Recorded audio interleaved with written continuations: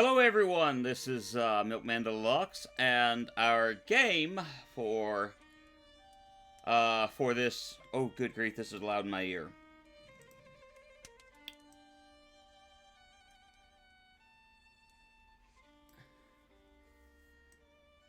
Alright, let me turn that down some. We're playing Vampire Therapist. That was really loud in my ears just then. So, this is a... Oh, we've got different things here. New game, settings, credits. Let me look at this real quick. This is a graphical novel, or visual novel, where we are a therapist, and I believe we are the therapist of a vampire. Or we might be a therapist who is also a vampire. It could go either way at this point. Anyway, let's go ahead and start. Vampire Therapist explores or touches on sensitive topics such as war, abuse, addiction, sexual oppression, suicidal ideation, religion, and of course, death. There may be uncomfortable or upsetting for some readers. We recommend that readers with a history of trauma related to any of these topics approach the game with caution. Hello, Yasmina, and thank you for the resubscription. It's good to have you here today. And look, you actually were... You actually showed up this time. I fixed it. So, yay. Vampire Therapist was developed in consultation with licensed therapists, but should not be considered a substitute for therapy. Unless you're a vampire. Yeah! Waku waku. You are on the screen. Yes. Your mother will be so proud. My name is Sam Walls, and I'm a dead man. Oh, good. I'm going... Kinda dead, at least. See, I'm a vampire. Now, if you think that means all that Dracula hooey, like hissing, wearing skin-tight leather, and hunting mortals for sport, I wouldn't blame How's the you. sound, by the way? Is it too quiet? Too loud? Loud enough? And let me tell you, a vampire who's good with a gun can be a real terror. I got lucky, though. I met some kind mortals who saw beyond my fangs. They taught me my letters and showed me how my thinking was keeping me from finding any kind of peace. I'm quite sad. After they passed on, I roamed America's majestic wilderness for nigh on 90 years, figuring out myself and what it means to be a vampire. How about I now? found revelation. What I realized was, it ain't fangs that make us monsters. It's the self-defeating ways we think. Okay. Anywho, as the world started getting smaller, my old vampire gang tracked me down. Them being my kin, I wanted to help them see the world like I did, but they still have the same monster mindset I used to have. Good thing I'm a quick draw. But they're vampires, buddy. But I got Guns. hooked up with this newfangled internet thing and found a vampire who's helping my kin find their way. Fella named Andromachos, supposed to be 3,000 years old. Okay. He invited me to come out to Europe to learn from him. I figure someone older than time's gotta have the answers. I'm going on a trip, I guess. This feels like my opportunity to do some good in the world. I've been lucky, and now it's time to give back. So this is going to be interesting. Vampires ain't monsters. Or at least, they don't have to be. And come hell or high water, I'm gonna prove it to them. This is going to be an interesting play because I don't know exactly what to expect out of this. And it's going to be weird me talking over the constant voice acting in this game. But, okay, it's 2024 and...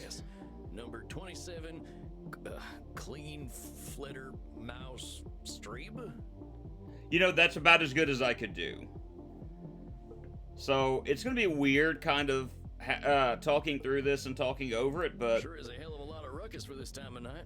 People stay up late here. We'll just see how this goes. Because I don't want to talk a whole bunch over it, but thankfully you've got text that you could read on the screen if you need to. Wait a minute. These folk are vampires. Better watch myself. Vampires! Oh no! Guten Abend, folks. Guten Abend! Guten Abend! I'm gonna... I don't know why that made me laugh. Ja, hello, Altar. Are you here to party with us at the hottest club?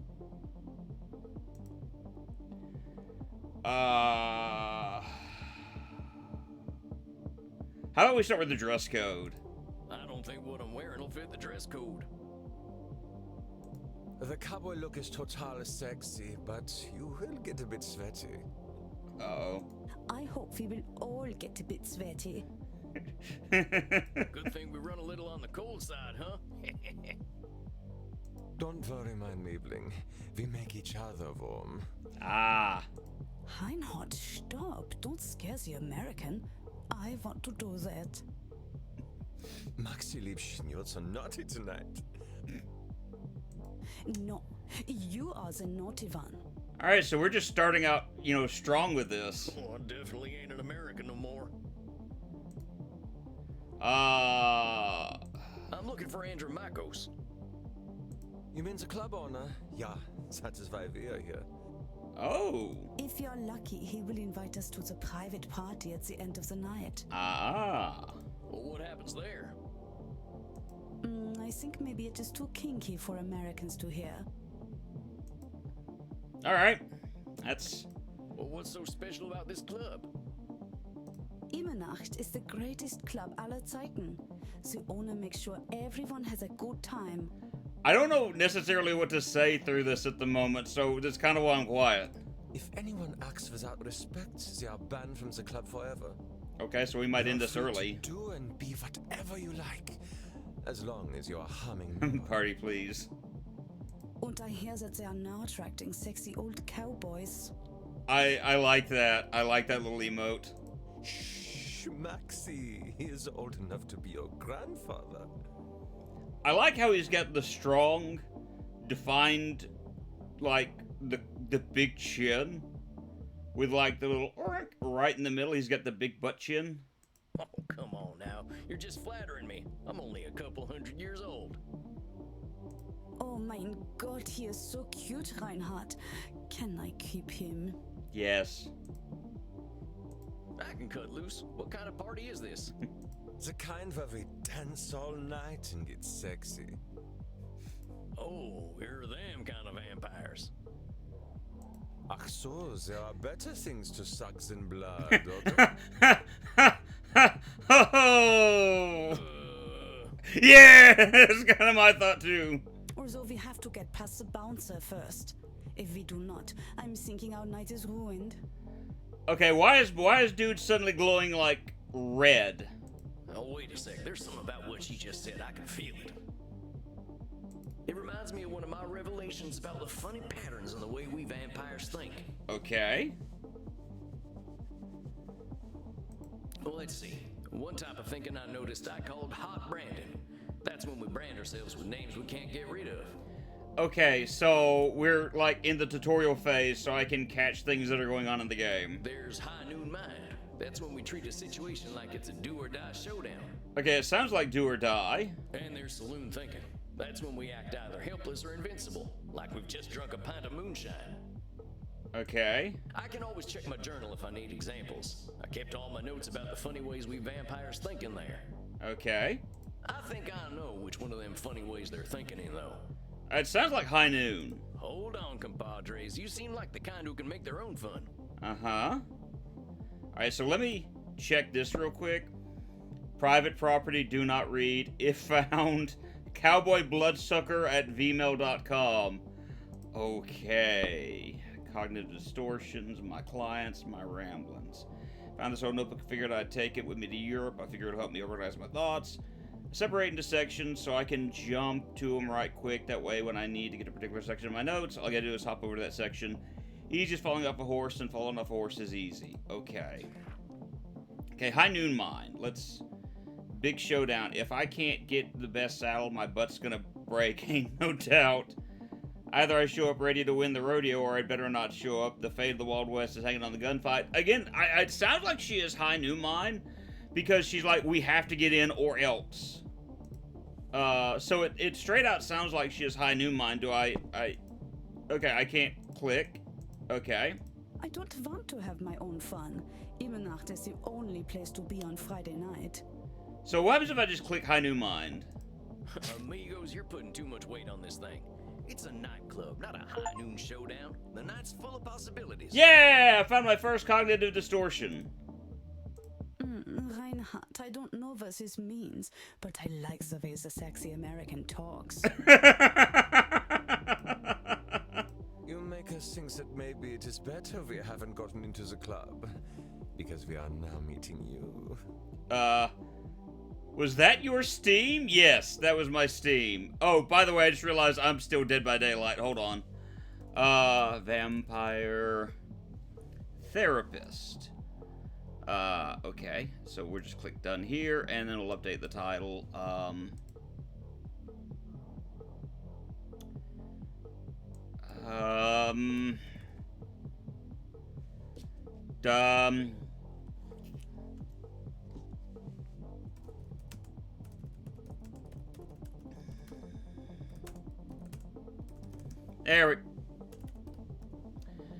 There we go. Title Freud with Fangs. That works. Yeah, that was my Steam account that made that noise.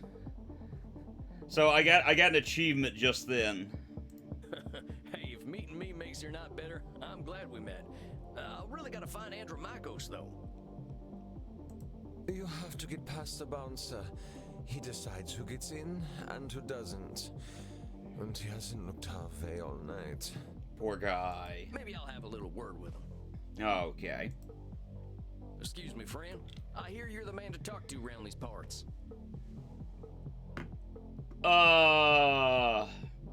He looks more like a demon than a, than a vampire. Maybe of the Nosferatu clan? Sounds that way. I'm here to see Andromachos. Yeah, he does look friendly. Have fun, mate. Oh, I think he let us in. Hey, thanks, amigo. You have yourself a fine night, you hear? Cowboy, what about us? Uh-oh. So, alright, so we can either be a jerk or bring them happiness, and I guess we'll try to bring them joy. Yeah, sure, they're friends of mine.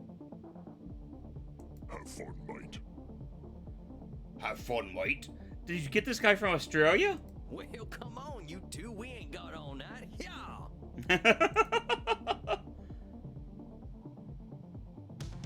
Dang, awful loud in here. Oh, of course the music just gets louder. That makes sense, though. Come on, my liver, dance with us! I'm not really good at dancing. I have, basically, you know, 1 foot on the dance floor. Well, you kids have fun. I'll catch up with you later. Tarnation, I'd rather hear a gopher giving birth than this. Oh. I better talk to whoever's slinging drinks in this here saloon. They ought to know where Andromachos is. Yes, I'm sure they know where Andromachos is. But pardon me, ma'am. Well, well, look at you. We get a lot of 80s fashion in here, but not usually the 1880s. Mommy? Mommy? What can I get you, cowboy? The special's Red Bull and vodka. You down? You had me until Red Bull. I never drink Red Bull. I was about to say, yeah. See, we're on the same page I'm there. actually looking for the owner. He around tonight? Might be. What do you say your name was? Sam Walls, begging your pardon. Sam Walls, huh? Yes. I don't think I know anything about a Sam Walls. After all, I'm just a know-nothing bartender. Okay, this has popped up and he's glowing red. I don't know anything about a Sam Walls, know nothing bartender. Okay. Saloon thinking.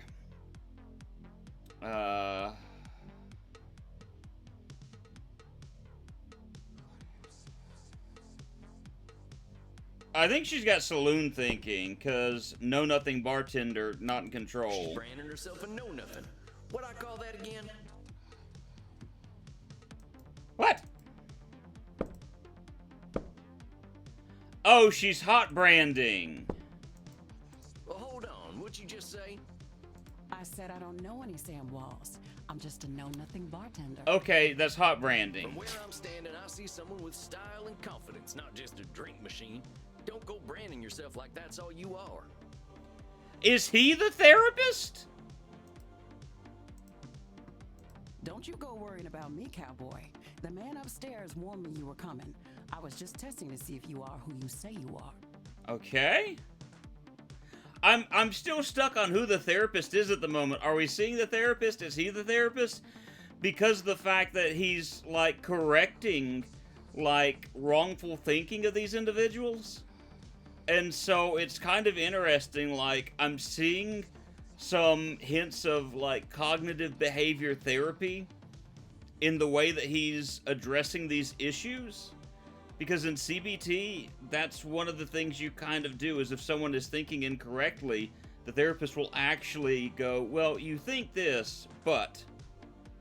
And so I see that happening here. Tell you what, let me give you something from our special reserve. I don't think you're looking for booze. No. Thank you kindly, ma'am. I was wondering where the blood was. I met some vampires outside, so I figured this was a vampire club. You met some gods, honey. They're here to dance and have fun. So all these people are mortals? How do you think the head vampire gets his blood? They can't wait to share it with him. Oh. He's the only real vampire here. Well, him and Bert. Bert. I'm guessing the bouncer's name is Bert. Bert? You met him already. Bert, shuffle on over here. Hello, mate. Yep, I figured as much. This one's here to see the big guy. Show him upstairs, okay? Have fun, mate. Okay. Good luck up there, cowboy. Hope you find what you're looking for. So far, I like the music. I like the voice acting. I love the art. So there's a lot of good that I'm seeing in this at the moment. Uh-oh. Howdy. It's Sam Walls to see you, sir. The guy who's been sending you all them V-mails. V-mails, wow. Yes, I know who you are, Samuel Walls. You have come here because you believe you can help our kin. Oh.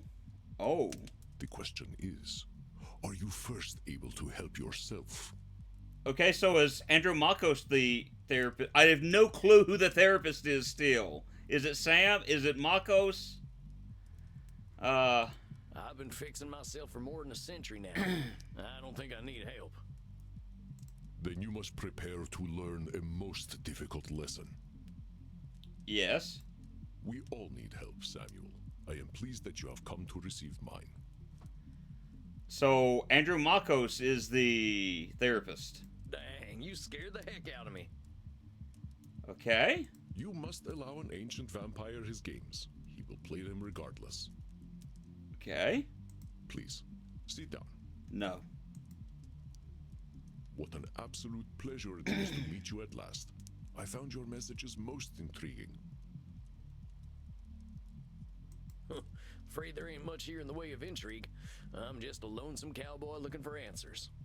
Like I said, I'm loving the art style of the characters of this game. You know, I receive emails every day from vampires seeking my help. You are the very first to seek my aid in helping others. This alone makes you intriguing. Well, dang. I think you're gonna be sorely disappointed when you get to talking to me. I'm just honored you're giving me the time of night. I have unlimited time, Samuel. I am pleased to share some of it with you. Our kind can be rather set in their ways. It is inspiring to see someone so young and eager to learn. So I've really got nothing. I don't know other than, like, you know, I've caught the themes of CBT in here. There's not a whole lot I can really say about what's going on within the scope of the game itself. So there's still a lot of questions that I've got. Yeah, well, I wasn't much for learning when I was alive. Just making up for lost time, I guess. But I'm interested in seeing the themes of counseling and therapy and, psychology that we get into further into this. It sounds as though you have been handling your own life better than most. I was particularly intrigued by these revelations you had while walking in nature. Oh, yeah, them. Well, I give walking the credit. Nothing sorts my thoughts out better.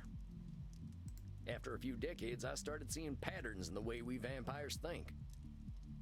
Can you explain some of these patterns? Mm-hmm. I've tried to explain them to other vampires, but it ain't never gone well. I can try, though. See, we tend to assume certain things just because we've been believing them since we were alive. And of course, that's true of humanity, period, not just vampires. Or we decide the world's against us just because we're hungry or tired or something. And when we start tackling problems that ain't real, we ain't fixing our real problems. That make any kind of sense? Fascinating, Samuel. These revelations that you had in the woods, mortal psychologists have a term for them. They are called cognitive distortions. Ah, now we're getting into it. Cognitive whoozy what now? Cognitive distortions.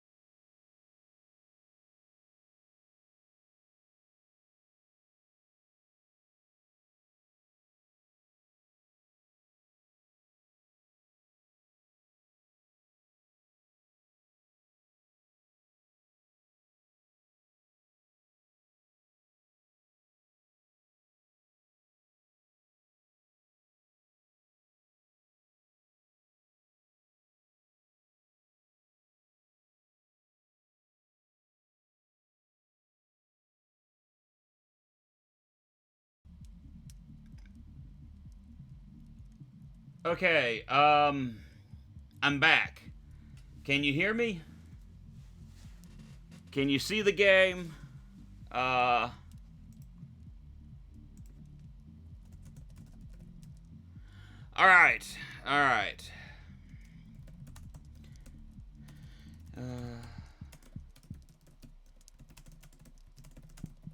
Okay, for some reason my internet just bottomed out on me and then came back, so we're good. Okay, let's try this again. Cognitive distortions. So let's explain high noon thinking. Well, I noticed how we stress ourselves out by making everything a battle of do or die absolutes. High noon mind, I call it. Like that feeling you get right before a big shootout. Your internet dropped right as I just joined the stream. Well, that's, kind of my fault, I guess. No, it's fine. I know what happened, and I hate when it happens, but, for some reason, even though I don't set it up to do it, my laptop likes to jump to a internet connection right next door to my office, and whereas it has a good connection, sometimes it'll just kind of flop off, so... I must confess I have no experience with this feeling. I engaged in Mortal Kombat long before the age of gunpowder. Oh. But the sentiment you describe mirrors the words of my old friend Marcus Aurelius. He used to say that the magnitude of life's challenges often turn us into our worst selves. I love how Marcus Aurelius just got turned into Marky. You mean Marcus Aurelius, the Roman emperor? Okay. Of course, his name was Marcus. Marky was a bedroom name. Oh! You mean you and the emperor were... It was ancient Rome. Penetration was similar to a handshake.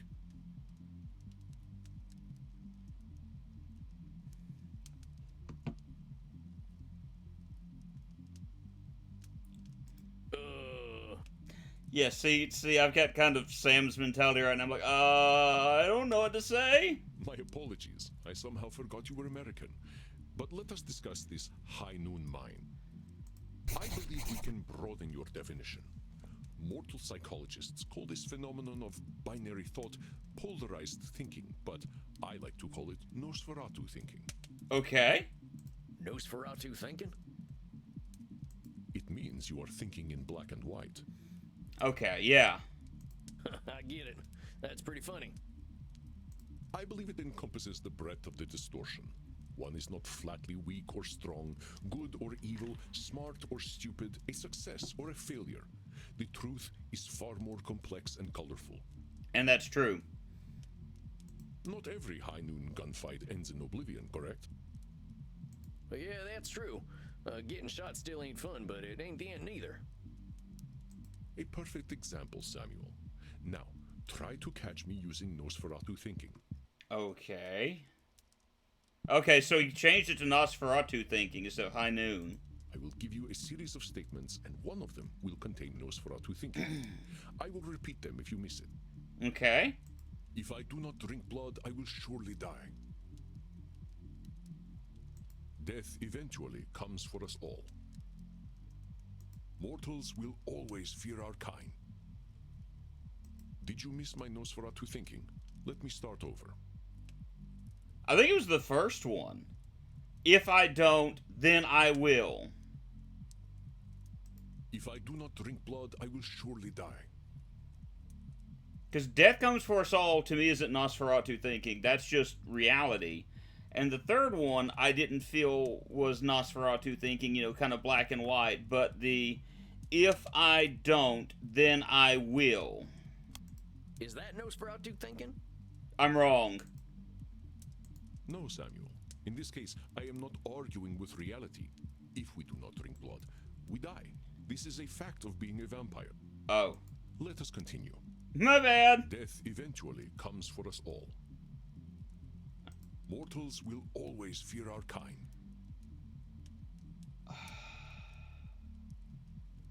So which one do you guys think? The second one or the third one?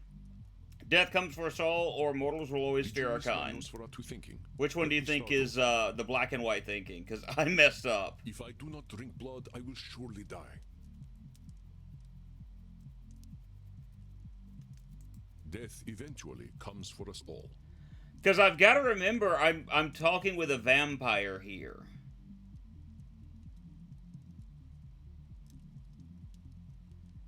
So, again, death eventually comes for us all, to me, doesn't sound like black or white thinking or arguing against reality.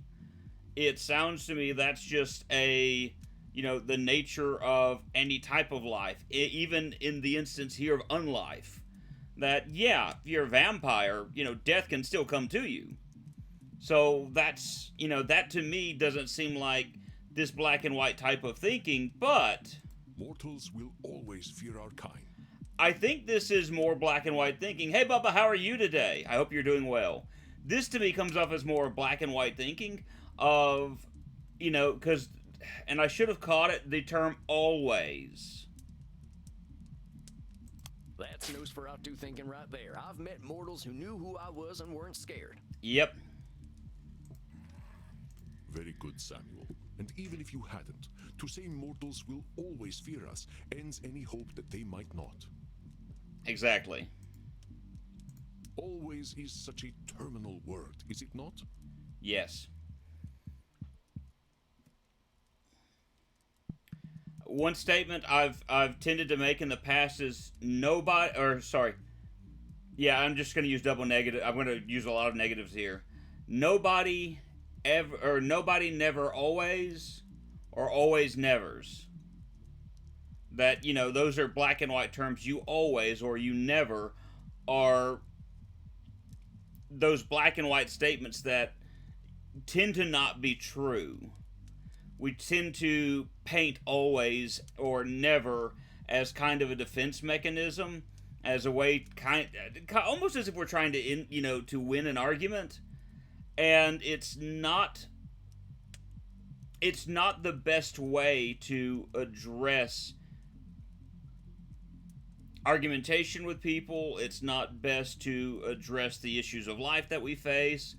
Always is kind of a negative term when we talk about our mental health to an extent. Would you like to discuss more of your revelations with me? Yes, and I'm going to be paying more attention. I realize that as vampires, we can get the feeling of the power that comes with immortality and strength, but then we get hopeless and aimless over time. It's kind of like the fella you see in the saloon at the bottom of a bottle of whiskey. Either he thinks he can fight everyone, or he's crying into them last drops because he thinks life's hopeless. It's saloon thinking. Two extremes that probably ain't true. A fascinating observation, Samuel. Your saloon thinking was described in my time as the battle between hubris and nemesis, the twin excesses of arrogance and self-pity. Good morning, Claire. How are you? Oh man, it make me wish I'd gotten some schooling. Maybe I would have figured this stuff out earlier. You live forever, my friend. There is no rush.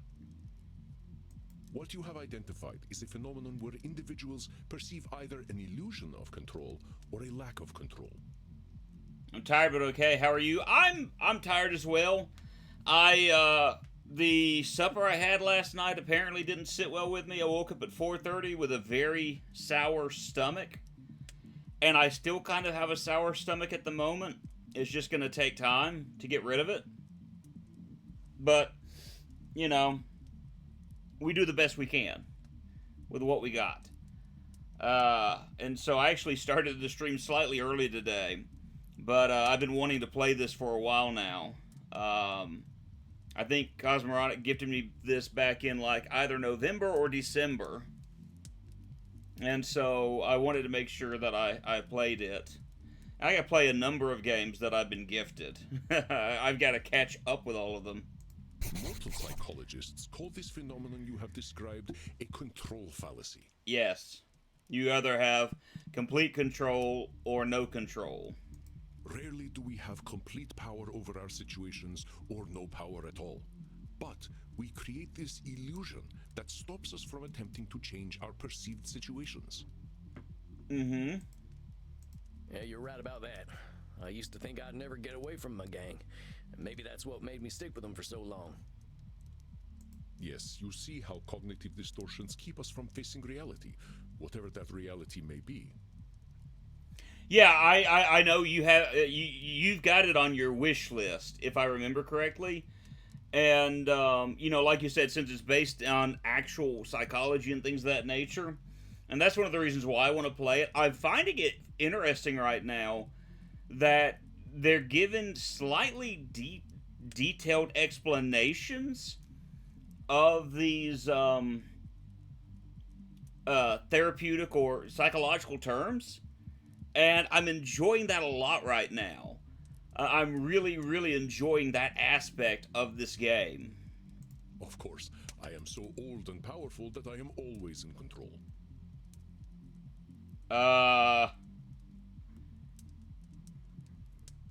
You're testing me, ain't you?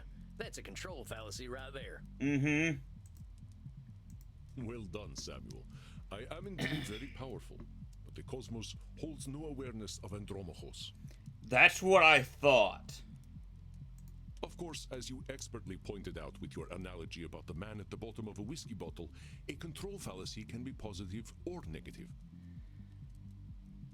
I've also got to play and stream, I think it's called Sin Therapy, where you're doing, you know, basically, you're doing therapy for an Android AI, which I played a little bit of it when I was doing pixelated therapy, but stopped because I didn't want to just kind of go through the game. I wanted to give a taste of it.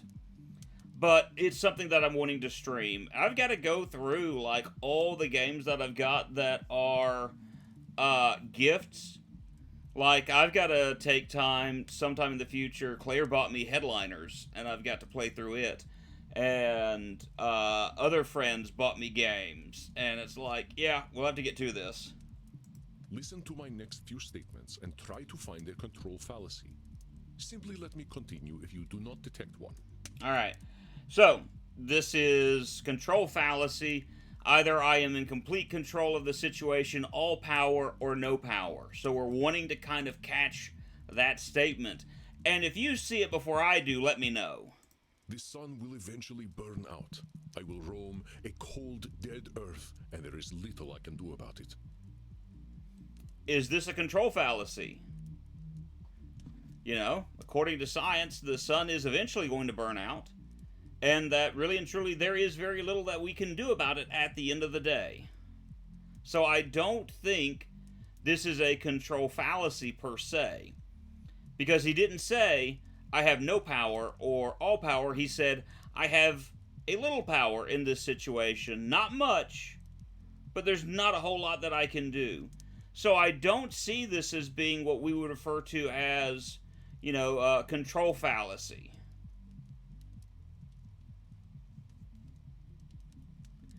I'm also talking to give you guys time, if you want to chime in and go, hey, I think that's actually what this is, you have the opportunity to do so.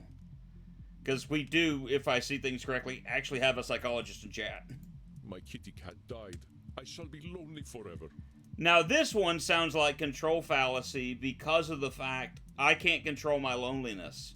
Because my cat is dead, I'm always going to be lonely. There's nothing I can do to get rid of this loneliness. So this, to me, sounds more like a control fallacy, because just because my cat died doesn't mean that I can be, I'm going to be lonely forever. And the next words out of my mouth, I don't want anyone to misunderstand me. When Piper dies, I'm going to experience some loneliness because I love Piper. I am going to miss her because of how much I care about her. But at the end of the day, I'll be able to get another dog. Now, that other dog won't be Piper, but that doesn't mean that I'm always going to be lonely as far as starving for that companionship from a lovable pup. I'm sorry about your sweet kitty, but you could always pick up a new one. Or there's lots of them just waiting for a loving home, so you don't need to be lonely. There you go. It was just an example, Samuel. Well spotted. But I do speak from experience. I felt this way once when a pharaoh I was dating had our cat mummified. Okay. Sorry, it's just, I'm not expecting the whole, yes, I felt this way one day when my cat was mummified. I went into a murderous depression that nearly decimated the continent. But I had the power to help myself all along by adopting a new friend in need of a home. I committed genocide before I got another cat. Oh, dang, don't let me get on your bad side. I doubt you shall see it, Samuel. Did you have more revelations to tell me about? See, I used to be in a gang. They were my whole existence. If you asked me who I was, I would have said, I'm a murdering bastard. Once I got away, I realized how small-minded I was. I was Sam before I was a murdering bastard, but that's how I was choosing to brand myself. My old gang's still around, and they're still branding themselves like that. They can't see themselves as anything but killers.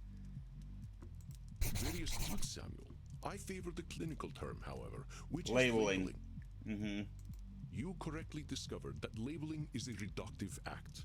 When we call ourselves names, even if we find them accurate, we create prophecies we are doomed to fulfill. For millennia, I thought of myself as a killer. It was not untrue that killing was how I made my way in the world. I was an unstoppable warrior and assassin. We can do this with others, called self-fulfilling prophecy. But with this label, I limited myself for ages.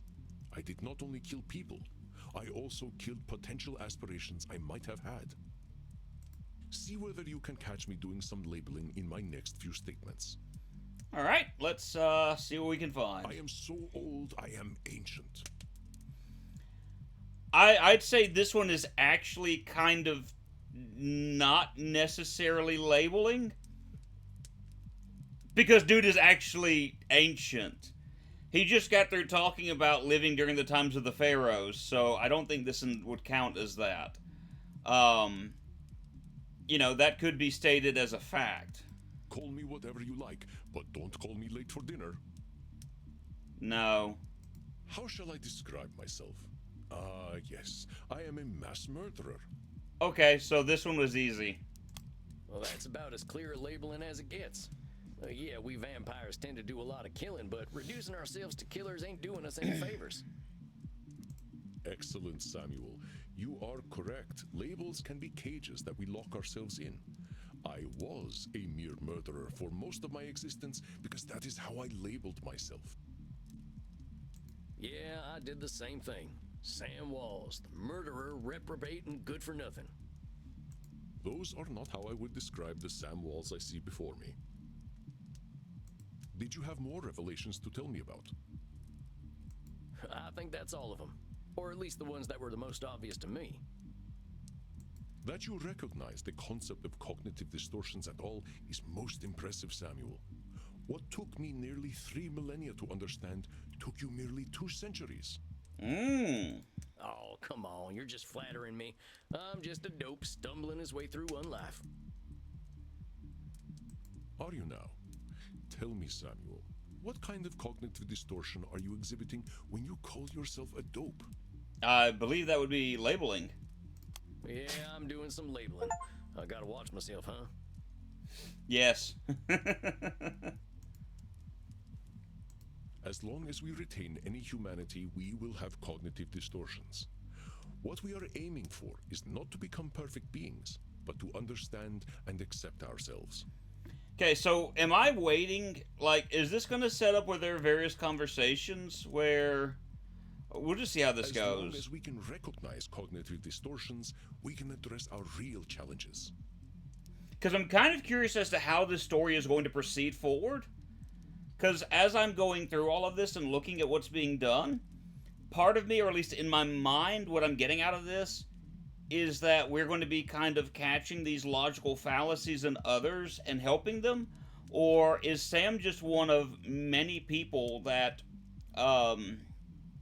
Andromahos is going to end up as far as counseling, and we get to look at a different side of therapy, you know, psychology, in each different character. So I'm curious about that at the moment, if that's what's going to happen. One cannot drink blood from a straw man, after all. Oh.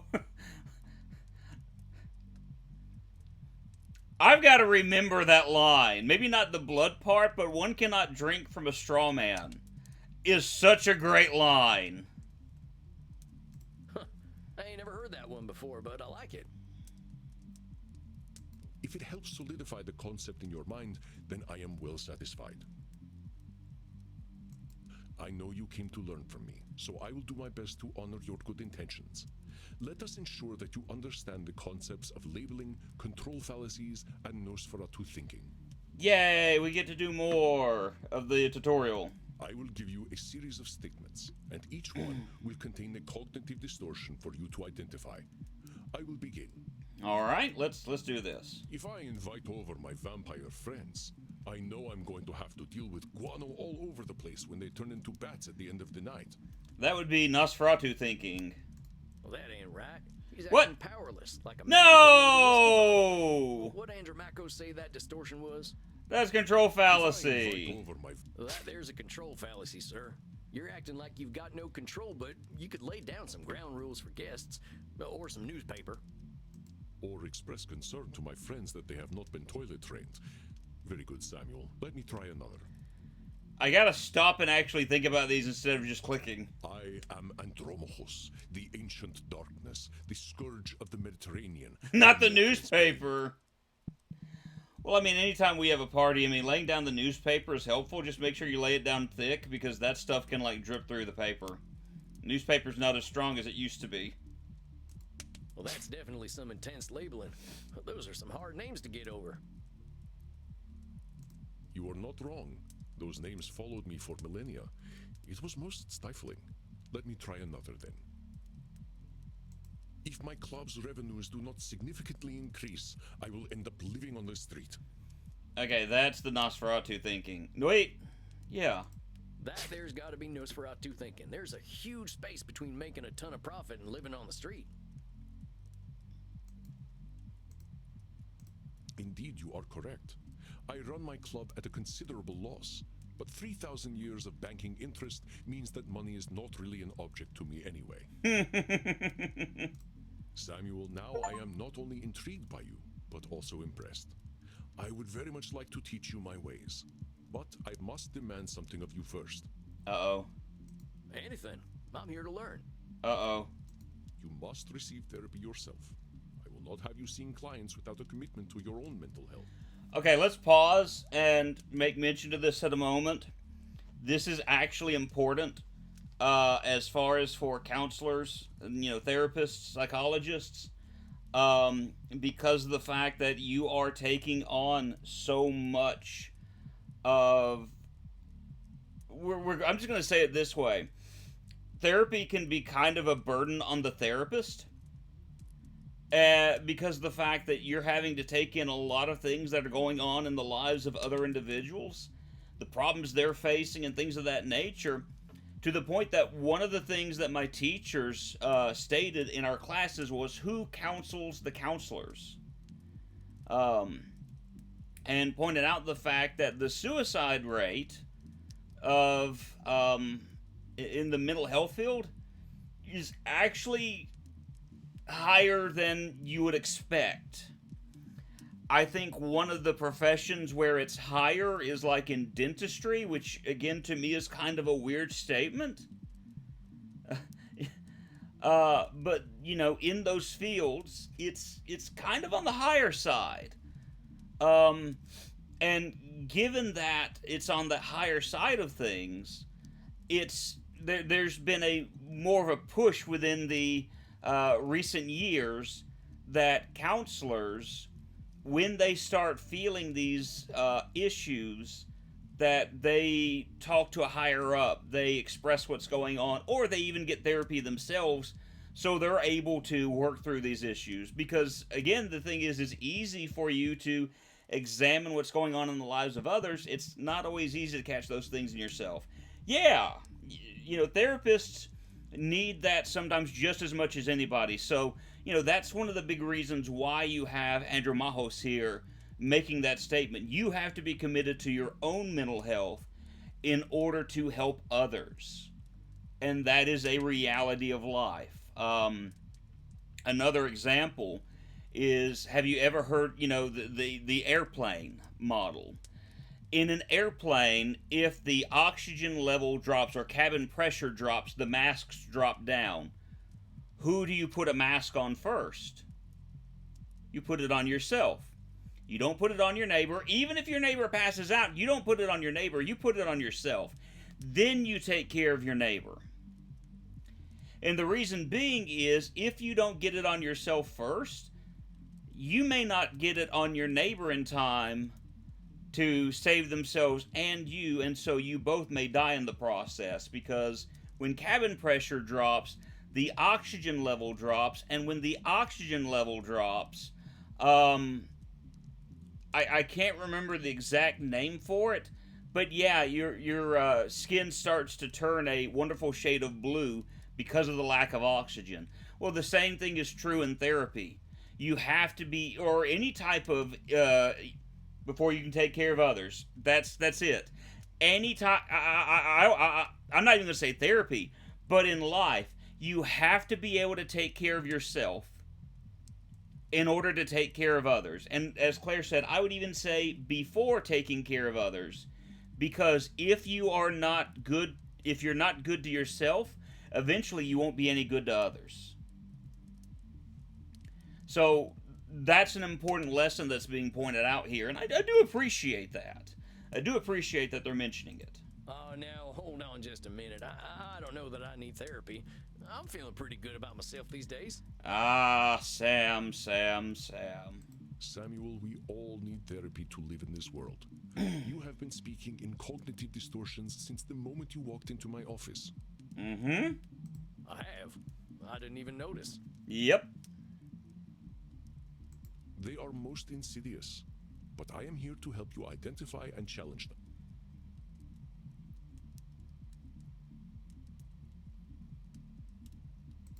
You have walked alone for too long, Samuel. Allow me to share my experience with you. Okay. Well, all right, if you say so. I appreciate your taking the time to work on this, old cowpoke.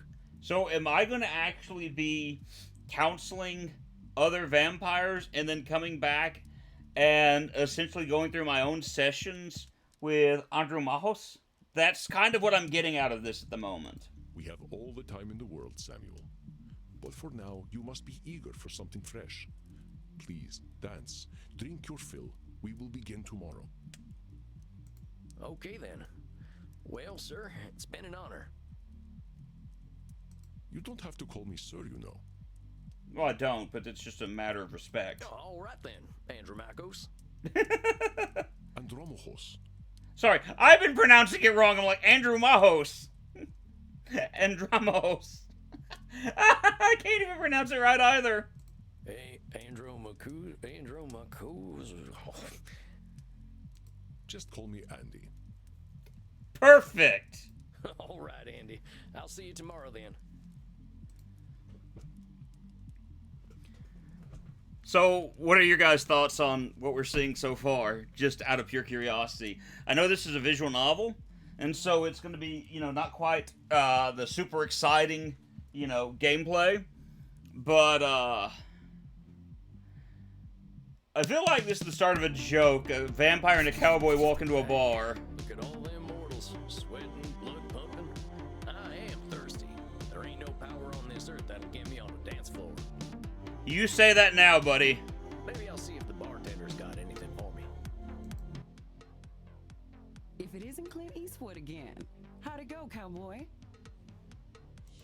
Seems I'll be sticking around. Guess I'd better get used to things around here. Uh-huh. Good to hear. About time someone helped Andy with his work. Seems you vampires have a lot of problems to fix. Name's Crimson, by the way. Fine meeting you, Crimson. How do you know so much about what Andy's doing? Pillow talk. I'm his blood partner. Oh. Oh! No shit. How's a mortal get hooked up with an ancient vampire? I'm a rock climber. I stumbled into one of his lairs in Madagascar. Found a cave while climbing a mountain. And there he was, naked in a hot tub. Dang. Must have been a sight. You ain't kidding, cowboy. Didn't expect a luxury apartment with a gorgeous naked vampire inside of a mountain. I think she just expressed the dream of some of the individuals in this chat room. We hit it off, and he asked me to come back here with him. I like an adventure, so I said, what the hell? I'll date the gorgeous Dracula. But what are you doing talking to me, cowboy? The blood's running hot on the dance floor, and these kids don't mind a little biting. Ain't no way I'm dancing. There's gotta be a better way to get something fresh to drink. Reinhardt, look. It's the sexy old guy again. You should buy us a drink, old guy. You'll probably get lucky. Actually, you'll definitely get lucky. Pleasures of the flesh ain't exactly what I'm after tonight. That's because you haven't experienced these pleasures with us yet. Buy us a drink and you will discover great satisfaction by uns. I guess that's by us.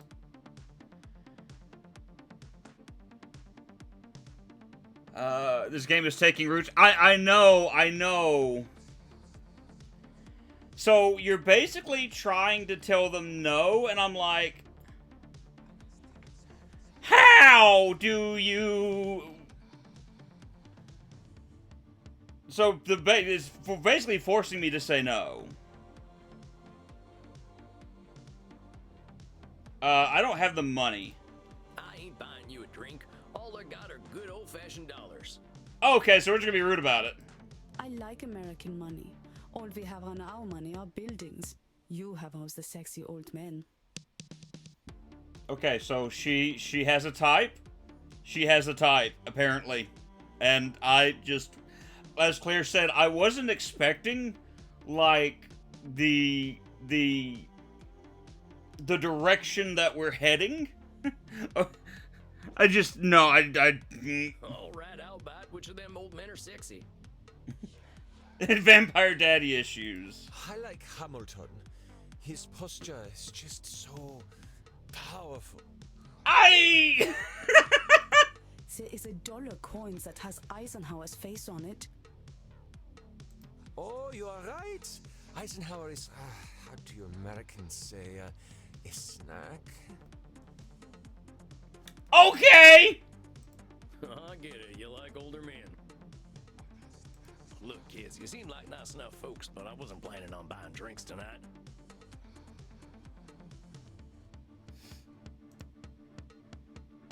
Stop teasing the cowboy, Kinder. Oh. They're just messing with you. Drinks are free here. Oh. Dang, really? I ain't never been to a saloon with free hooch. Call it a drink exchange. Gotcha. Huh. So, everyone here knows they might be sharing blood? Only as long as there's consent. We like to create a safe environment here. Okay, so another thing I can appreciate that even with all the weirdness going on, we're focusing on that. I appreciate that. Why don't you take Reinhard and Maxie here back to the kink room? I'm outside of my comfort zone right now. The what room? Wait, kink room? I'm with you, Sam. I'm with you. Mm-hmm. You're not in Kansas anymore, cowboy. We are not for the section. I'm from Missouri, but, point taken. Nobody has to do anything they don't want to do in there. Just have fun and drink your fill, handsome. I'm sure I'll be seeing plenty of you. Oh, boy. Maxie, Reinhard, this is one of our special customers. Ach so, ein Vampir. I'm thinking we are all getting lucky then. My neck throbs with anticipation. Mm-hmm. Dang. Guess I'm going to a kink room then. Thanks, Crimson. Oh, I know. Yeah. Mm-hmm. I knew a man who wore this much leather couldn't be boring. So we're just gonna actually continue in this room. Yeah, well, you got me pegged. Hopefully not. Hopefully we don't get to that part of the game. Is that what we are doing now? Give me the document and No! I'll sign myself No! up. Why? Why did we have to follow up? I really ain't in Missouri no more. Look, I'm more into biting. Oh, your teeth look perfect. Are you going to bite me with those? That's the plan. Who's going first? Oh, me. Well, step right on up. Remember, Sammy boy, just stick the tips of them fangs into the blue veins and we'll all have a nice time.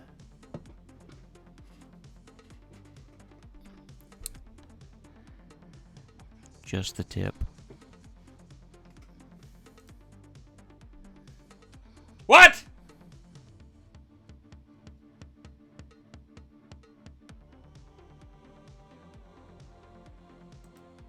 Oh, das hat sich gut angefühlt. Oh, that's a good thing.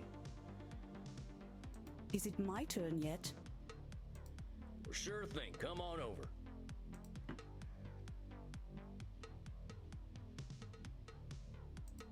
Oh, Reinhard, the hot old vampire wore me out. Oh. It's called blood loss. Me too, Maxie. I feel as though I have set up a mail server. What?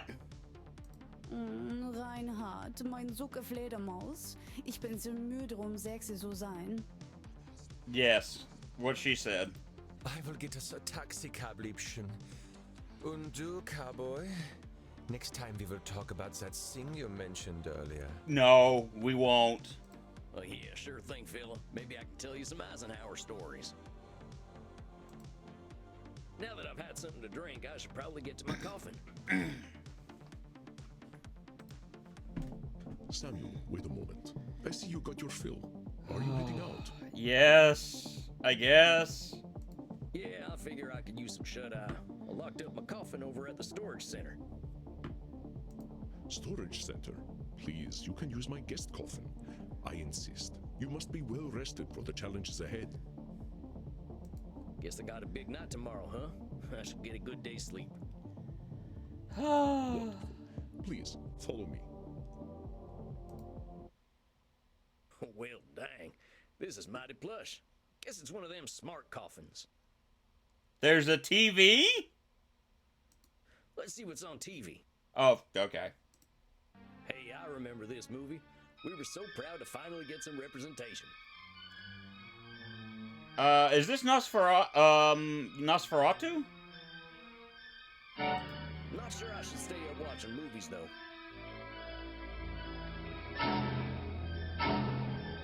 Yes, that's Nosferatu with Max Schreck. Well, ain't much else to do in here. I think it's about time I hit the hay. Hope Fun I'm cut fact. for all this. Fun fact, that movie was actually supposed to be completely destroyed because the family of Bram Stoker sued the people who made the movie because of its, I guess, similarities to Dracula. But some of the copies ended up surviving, and that's the reason why we have the movie today. But originally it was supposed to just be destroyed for good.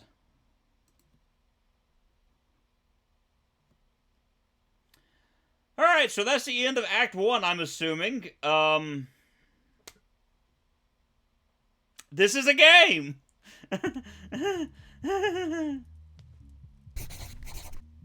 Samuel, good evening. I hope you slept well. Yes? Like the dead, as they say. I was hoping to save you some breakfast, but I've already sent them on their way. Oh. Oh, that's all right. I'm still pretty full from last night. Them goth types were practically throwing themselves at me. Hey! Awesome, dude.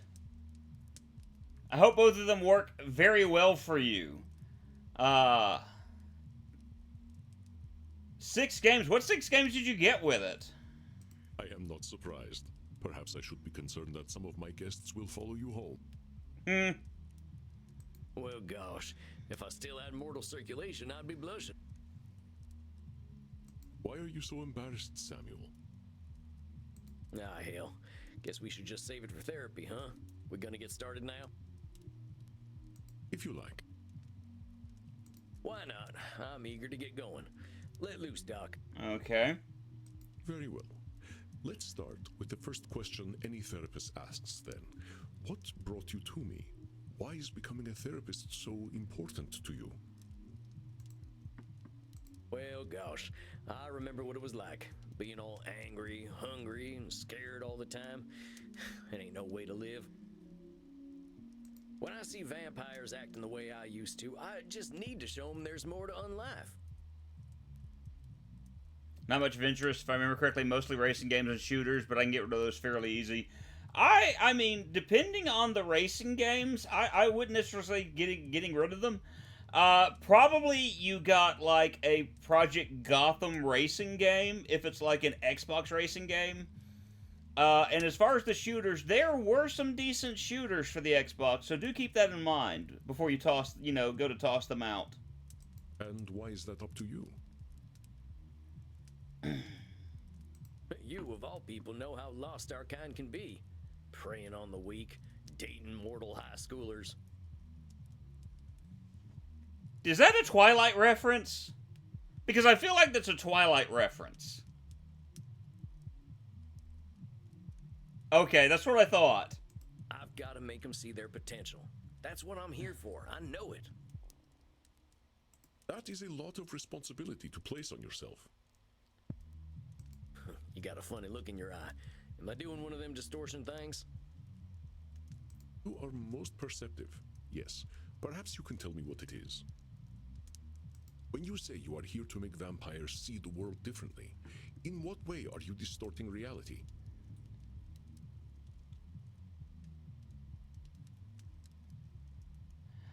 Would it be control fallacy? Because the fact I'm trying to make them as if I have control on how they see the world is what I'm getting out of this. You know, I'm the one that's in control of how they see things.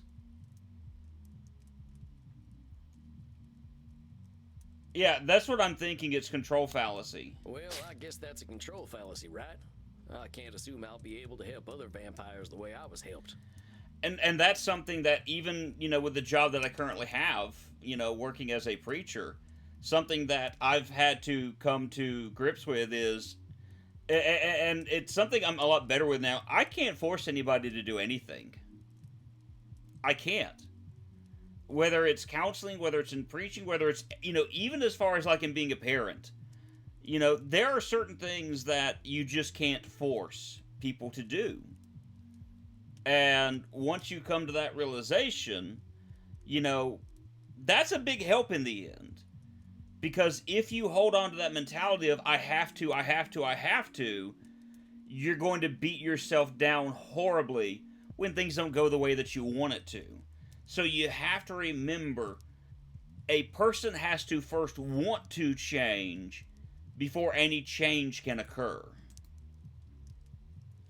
And I would go back to throw with the idea of, when, I'm not going to say when a female, but when an individual, when someone goes into dating someone and with the mindset of, I can change them, that would be, again, this same idea here. You're not going to unless they want to change.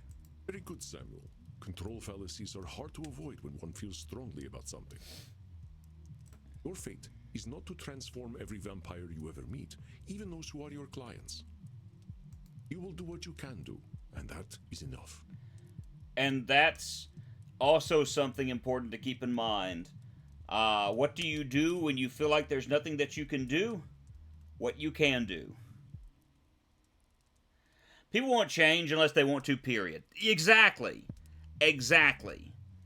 You cannot help someone who does not want help. And again, that's something that I've had to explain to others. Is like, well, my husband won't go to therapy. Well, he doesn't feel that there's a problem. Well, until he feels that there's a problem, nothing's going to change. And that's something that actually happened in my own family. One of my relatives, knowing, as far as the job that I currently do, as well as my knowledge of therapy, wanted me to fix one of their alcoholic relatives. And basically, I had to say it like this. There's only so much that I can do. Unless that person is willing to change, they're not going to.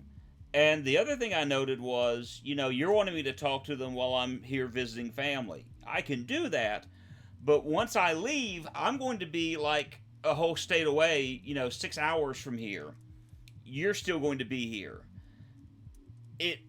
I can talk to them, but one thing you might want to consider is sitting down with them and talking to them how their actions have affected you personally, and then see how they react to that. And actually, I didn't have to get involved in it. My making the statement, talk to them and, explain to them how what they've done has affected you. That person hasn't drunk a drop of alcohol since. As much as we want to help and change what they do. Yes. And actually explain, when that person explained, this is what your alcoholism has done to me, the other person didn't realize. The other person was just trying to self-medicate and take care of themselves. But it was literally this other person talking to that relative and saying, this is how this has affected me. It was that helped spark that change. Because the individual came to the realization of, my actions have done more than just hurt me, it's hurt others. And that helped spark that change, because they realized this is a problem. Until someone realizes there's a problem, yeah. So, much to the point of what Claire said. So, again, that is a reality. But I am eager to learn how you developed this desire to help our kin find a different way of thinking. Okay. Well, like I told you when I first emailed you, I was a real nasty son of a bitch when I first became a vampire. That's called labeling, sir. When I look back and see what a no-account piece of shit I was, I ain't nothing but embarrassed. That's labeling again. It all seems pretty stupid to me now. Here we are living forever and all we can do is kill? That's the dumbest thing I ever did here. I am going to stop you for a moment. Stupid, no-account piece of shit, nasty son of a bitch. I told you it's labeling. Do you hear the way you are talking about yourself? With respect, sir, I earned all them names. I killed women and children. Half the ghost towns out west are my doing. I didn't think of nobody but myself. Pretend you are my therapist. If I sat here and called myself a no-account piece of shit, what would you tell me? I'd say you were doing some labeling. And I guess I'd tell you to look at yourself a little more kindly. Mm-hmm. Extend the same compassion to yourself then, Samuel.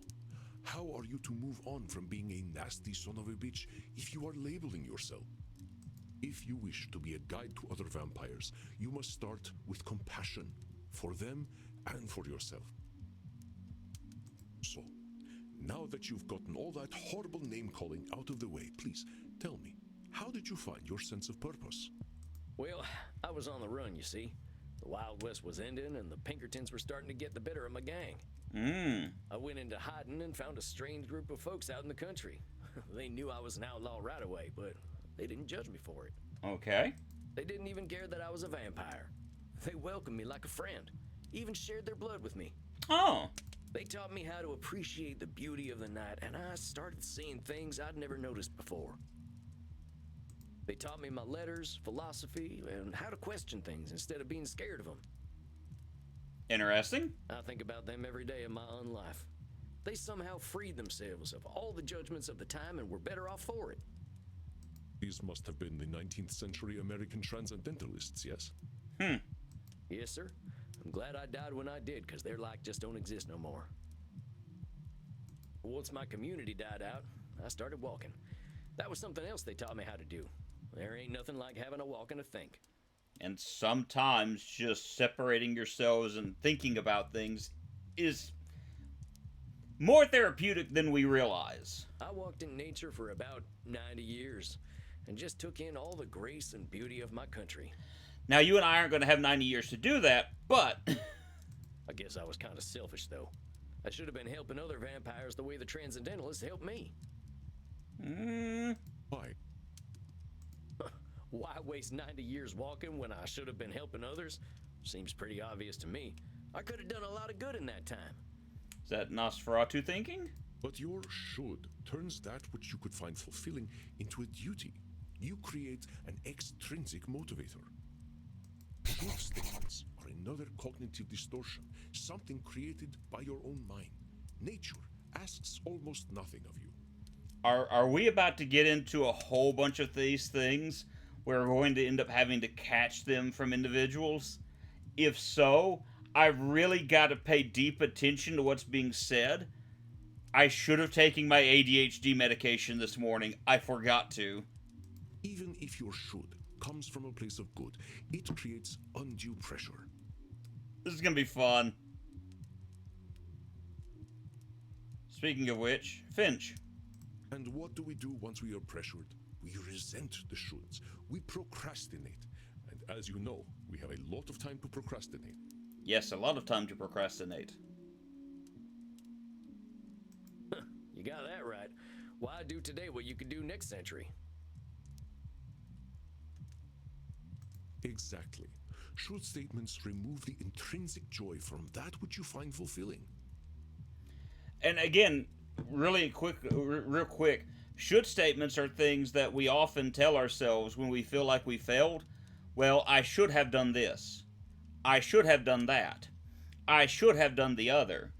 And the shoulds are a way of shouldering the blame kind of on ourselves.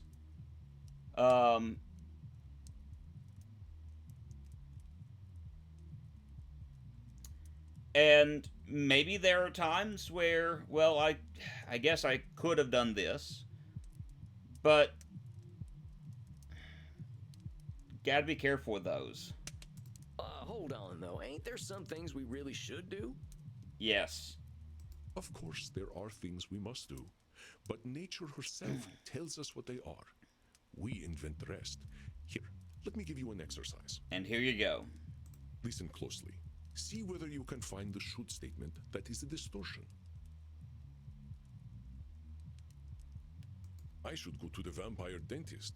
You know what they say. If you have bad fangs, you get bad blood. Okay. I should drink blood today. I should take my blood partner Crimson out on a date. I should be wary of sexually transmitted diseases. Did you miss my should statement? Let's try again.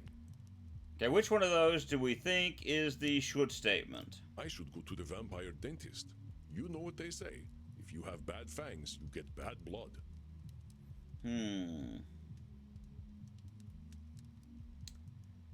I feel like this may not be as much of a should statement. In fact, we can come over here and actually get a better look at the should statements. Arbitrary rules and how things should be. Should statements can put a lot of pressure on us, but there ain't too many universal rules. We should probably be dead because our hearts ain't beating, but it seems that ain't true. I'm a vampire. I should live in a castle. When you're in a gang, the gang needs to be your family and no one else. A cowboy must never show fear. So those are the examples that were given as far as should statements. If you have bad fangs, you get bad blood. I should drink blood today. I should take my blood partner Crimson out on a date. I should be wary of sexually transmitted diseases. Did you miss my should statement? I kind of feel like it's the first I one. should go to the vampire dentist. That's the one. No one should go to a dentist. Goddamn butchers. Oh, I failed. That is not true. Our Whoops. teeth are important to us. How long has it been since you've seen a dentist, Samuel? No, not since the Civil War, and I'd rather keep it that way. We'll talk about that in another session. Let's try again. Okay. I should drink blood today. I don't think this is it. I should take my blood partner Crimson out on a date. I should be wary of sexually transmitted diseases. Me and Samuel are the same. Avoid the dentist. Dentists are expensive even if you have insurance. Did you miss my should statement? I should go to the vampire dentist. You know what they say. If you have bad fangs, you get bad blood.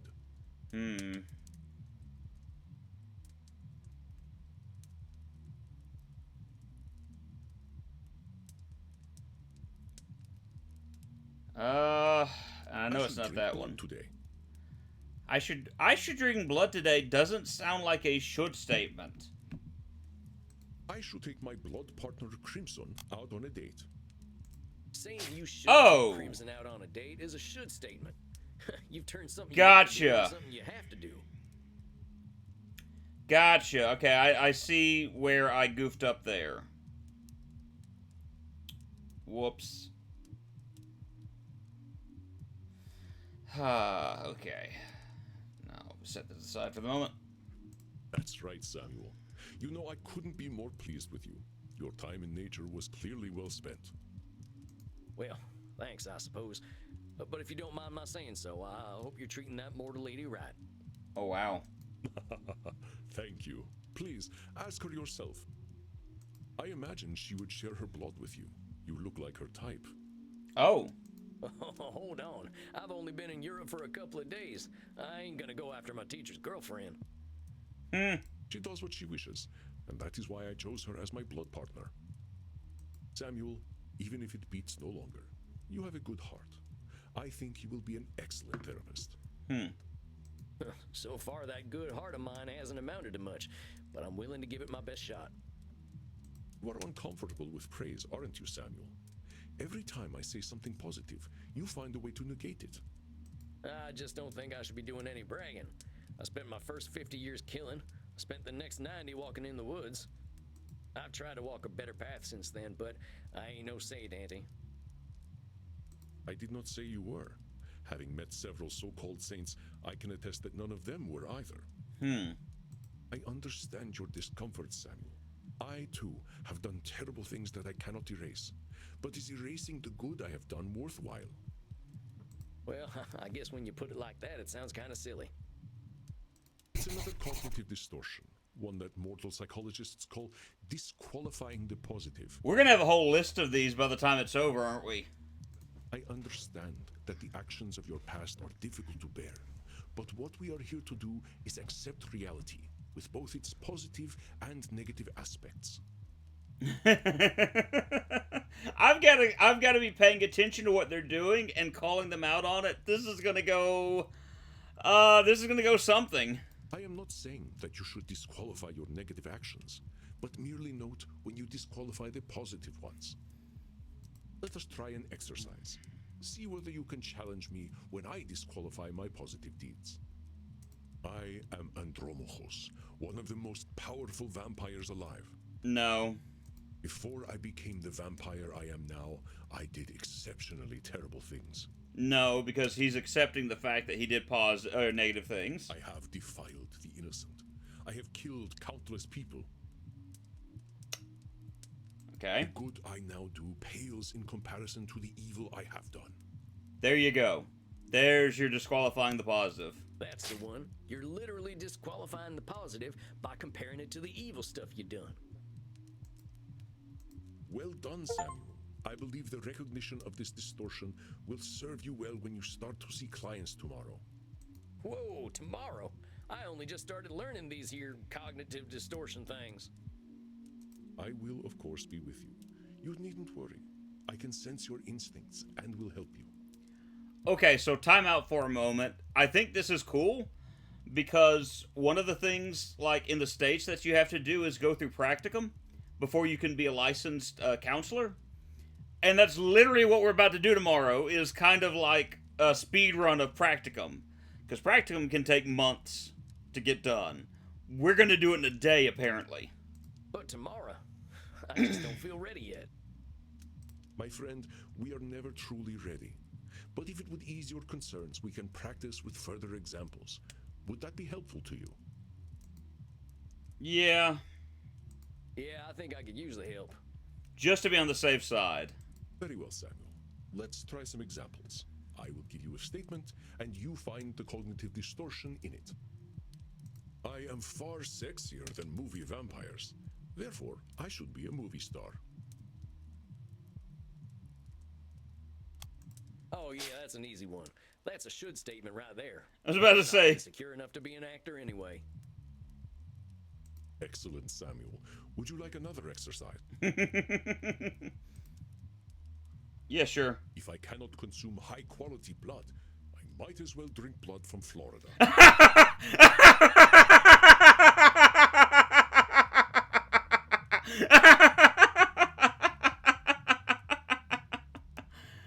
Oh.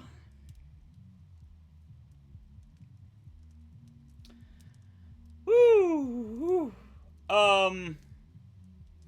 Whoever made this clearly dislikes Florida. Can you blame them? I'm just going to say this. I'm not trying to be rude, but the term Florida man exists for a reason.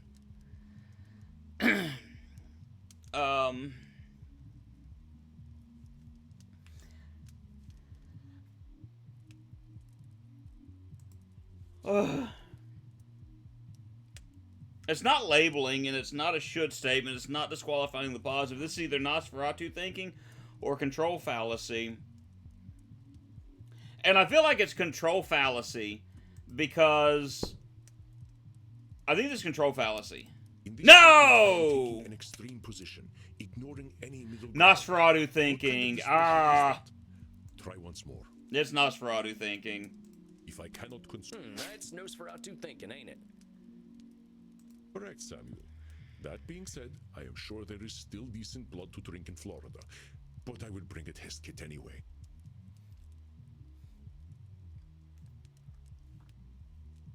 The man is... Whoever made this is really against Florida. Would you like another exercise?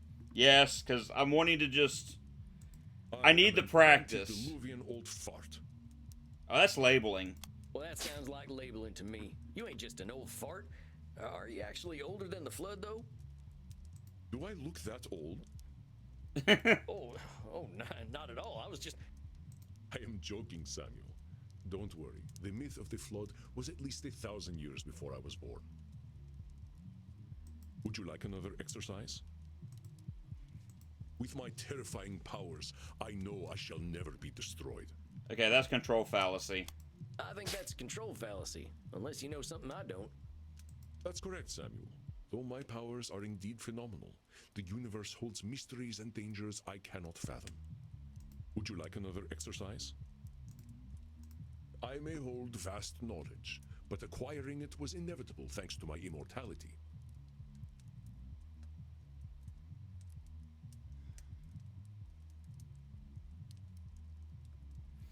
That sounds like...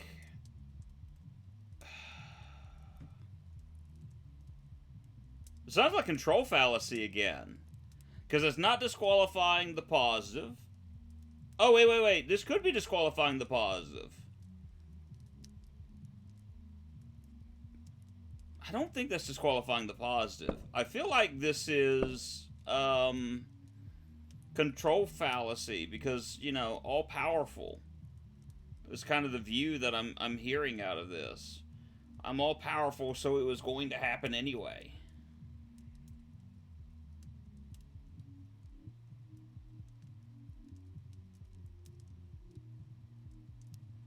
What makes the Florida statement better for me is they're in Europe, they're not even in the U.S. Yeah.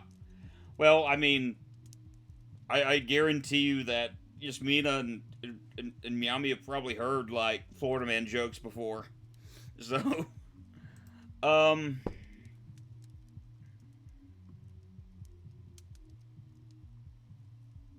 feel like this is disqualifying the positive. I know that one. That's disqualifying the positive for sure. Yeah. I knew you would catch that one. Would you like another exercise? We'll do one more. Just to... I am lazy and useless because I slept the night away in my coffin.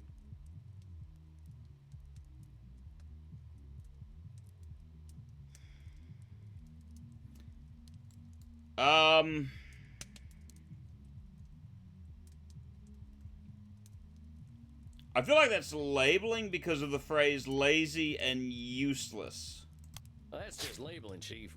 Ain't nothing wrong with having a sleep in once in a while. Well done, Samuel. Would you like another exercise? We'll just run with it. I think I'm good. Yeah, and that's what I was saying. Like, he's disqualified. Yeah, that's exactly All right, it. Samuel. You must be hungry now. I suggest you get the liter inside you. We have a big night tomorrow. How much is a liter? Just get enough to drink, Samuel. We will not be able to work if you are hungry or tired. All right, so how's this gonna work? Now, please excuse me.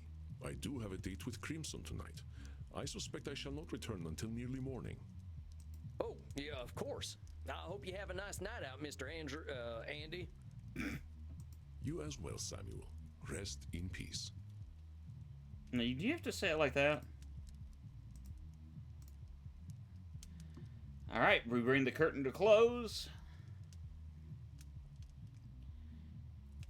We're gonna meet Reinhardt and his friend.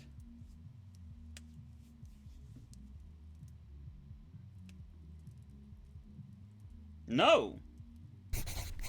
Ah, Samuel, glad to see you are awake. Your first client is on his way. Okay, we just skipped a lot, but all right. What, already? Look, Mr. Andy, sir, are you sure I'm ready for this? These are people's brains I'm messing with. Fear not, my friend. You are a powerful vampire in your own right. To be so young and have so much empathy is quite a gift. All you need to do is listen, and I know the truth will reveal itself to you. Shucks, wish I had your confidence. Well, to a limited extent, I can see the future. If you are about to misinterpret a client's distortions, I will set you back on the right path. Oh, lovely. You can see the future? It's not that impressive, really. You start to see the patterns after 1,000 years or so. Oh, this is a, he started glowing, so there's a statement that's here. You're disqualifying the positive. Well, dang. If seeing the future ain't impressive, that's gotta be a distortion. Disqualifying the positive, it's gotta be. You barely require my aid as it is. If you need guidance, I will provide it to you telepathically. Don't think about it too much. When you are 3,000, such things will cease to impress you. Let us look at your first client's case file. Okay. Dr. Drain, huh? You ain't got no first name? Dr. Drain is a class of 1614, or is a graduate of the Royal College of Physicians. He has been studying the nature of blood for the last several centuries, became a vampire after a post-mortem blood transfusion experiment, now runs a global pharmaceutical research company. Is now concerned that he has developed an addiction to a drug of his own formulation. Suggestion detected strong irritability on the phone. Investigate Drain's drinking and sleeping habits. So this is going to be interesting. Many vampires go by one name. Families and titles seem to become more abstract after a certain age. Huh. So is it funny that he kept the title? Indeed, you catch on quickly, despite your habit of disqualifying the positive. I will let you work now. I shall be meditating in my coffin, but I will sense when you need my help. But Samuel, I know you can handle this. Be yourself, and all will be well.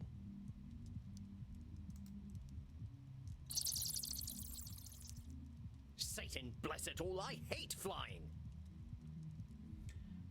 I can already tell this guy is going to be a ray of sunshine. Hey there. God's blood, what on earth are you? A joy to deal with. My name's Sam. I'm the new therapist. Make yourself comfortable, Dr. Drain. And American as well. Good God. It's not enough for you lot to take over the world of the living. Even the halls of the dead aren't safe from you. Oh, wait, time out. This dude is, like, from England, and he's talking about people trying to take over the world of the living? No.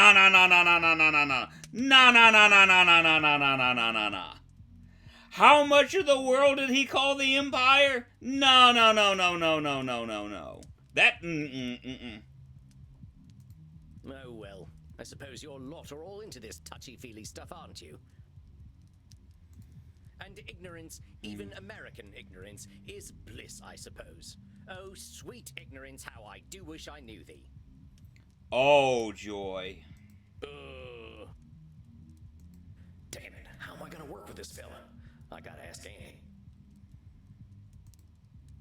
Are you all right, Samuel?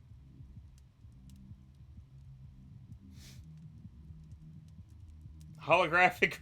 Okay. You gave me this fella as my first client? Why not? He is clearly hiding very little about his state of mind.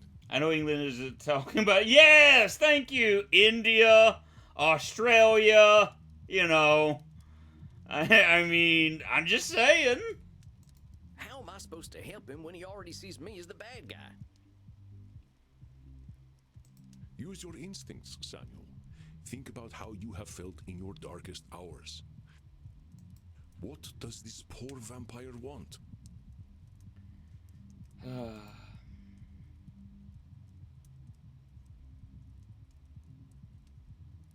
I think he wants a reality check. I think he needs a dang reality check, charging at me like an undersexed bull. Okay, I've never heard it explained like that before, but alright. If you try to give an undersexed bull a reality check, that would not change the fact that it is undersexed. Exactly. Oh, and that was also the state of Georgia. So you had like a state in the by the way, United States, once part of England. Or, you know, some of the colonies at least. You know what I mean. You know, Australia, Georgia, they were the prison colonies. How did the Transcendentalists approach you when you were a wilder man, Samuel? Yeah, I get it. I'm sure this fella's come here with problems. I can't be surprised when they show up.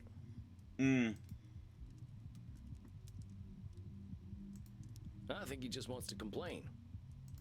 Perceptive, Samuel. He can hardly stop himself, can he? So, what? I just let him complain? Of course. Just give him a starting point to let it all out. It will make him feel better. Well, if you say so. Don't worry, Samuel. You are doing wonderfully. I will release your time now. Hold on, phone is ringing.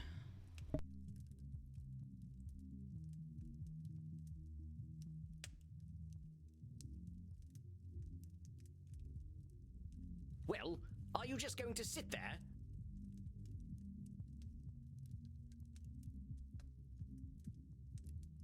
I was just gonna ask how your trip here was.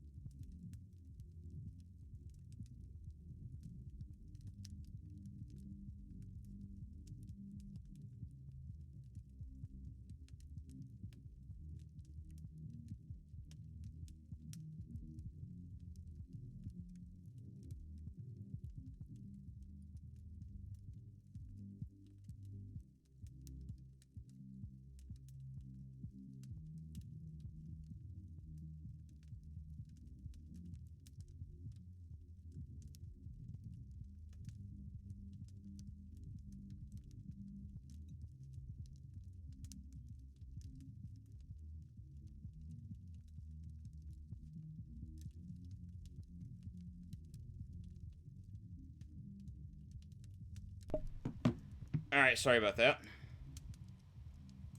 My trip? My trip was bloody wonderful. Until my familiar got a flat tire and I had to fly 30 kilometers here as a bat. Okay. I hate being a bat and I hate flying. Do you know an owl tried to eat me? I mean... Okay. Me, a creature that has lived for centuries, treated like common prey. Oh, okay.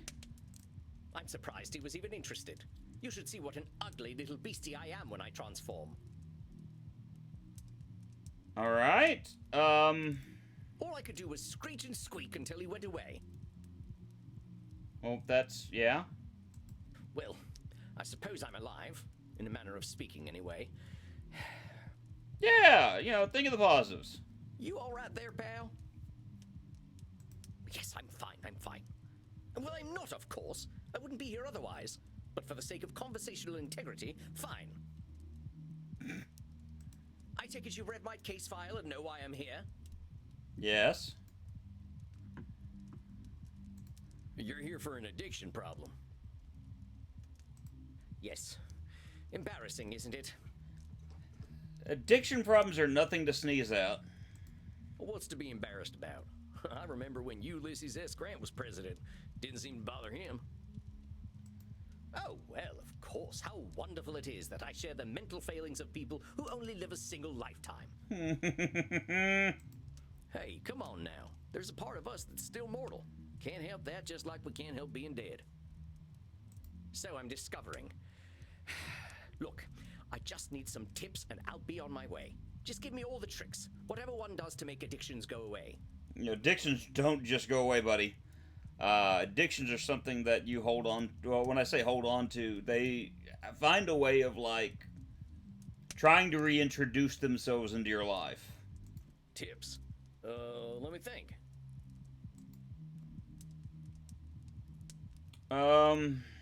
There are no easy solutions to addictions. Partner, there ain't no tips that'll magically cure you. But I'm here to listen. You know, I never in my life thought anyone would ever call me partner. Like partner, but not with a T. Is that a good thing or a bad thing? And I know how you English love your tea. Alright, fair. Thank goodness we can still process tea. We cannot live on blood alone. Yep, you can tell he's genuinely British. I appreciate the concern, though. The dad joke, yeah, I like that. I must admit, I rather saw myself above this whole addiction thing. But tell you what, let's not worry about being above or below anything. You're here now, so let's see what we can do. I feel like, though nothing popped up here that I can, you know, make reference to, being above addiction kind of feels like a control fallacy. What exactly are you addicted to? It's a form of plasma, a catalytic compound of my own design, a necessary component of my own scientific goals. You're losing me. Well, let me try to make it simple. I have been able to replicate and even alter the molecular patterns that vampiric erythrocyte surface receptors receive. Can you English? Like American English? Does not work today. Okay. Glad to have you with us. We're playing an interesting game in Vampire Therapist. Our unique physiology gives us an increased ligand affinity, which is how we are able to process blood the way that we do. Okay. I can extend this receptivity and thus achieve my true goal: synthetic blood, freedom from the hunger that plagues us, and hope for all humanity. So who is the vampire? The answer to that question at the moment is yes. Who's the vampire? Yes. Well, dang, that sounds pretty impressive, Doc. Well, it doesn't work without a vampiric catalyst, and that is the plasma I am addicted to. Okay. Pathetic, isn't it? I have spent 400 years trying to steal the secret of blood, only to be engulfed by it, like Prometheus walking into a fireplace. Pathetic? Doc, where the heck would you get a word like that? You've come up with a synthetic blood. Man, I can barely get my spurs on some mornings. Maybe you've had a setback or two, but give yourself a little credit, compadre. Credit? For wasting 400 years? Practically speaking, I'm in the same place as I was back when King James was in power. Only now I have a drug problem. Oh. And none of this is lighting up, so... Perhaps I must face facts. My professor was right. Nothing we ever do will make a damned bit of difference. Samuel, listen to him. Do you recognize his patterns of thought? There's some distortions in there, ain't there? I knew you would sense them. Invite him to talk more about this failure of his. I'll do my best. Now, None of this is lit up, so I haven't tried to do A anything. lot about failure. But it sure sounds to me like you ain't thinking clearly if you think you're a failure. I am a realist, that's all. Look at me. 400 years of study and still dabbling with leukocytes. Okay. So I feel like he's disqualifying the positive here because he's saying, hey, I've been studying this for 400 years, but I'm still at this level. I still feel like I'm at this bottom area. So it could be that he's disqualifying the positive because, again, he's made synthetic blood. You know, he's done a lot in these 400 years. And I kind of feel like that's what he's doing right now. At least that's what I'm going to try to do here. I don't know many people who would call working with leukocytes dabbling. I mean, I gotta admit, I have no earthly clue what you're talking about. So unless you made up all them science terms, I think you might be doing more than playing with a chemistry set. Perhaps, but if we consider all there is to know about blood, I know precious little. Well, you and who else? But you know something. Yes, I concede I might know something about blood. I would hope so after 400 years. You still got more knowledge about blood than most, whether it's been 4 years or 400 years, amigo.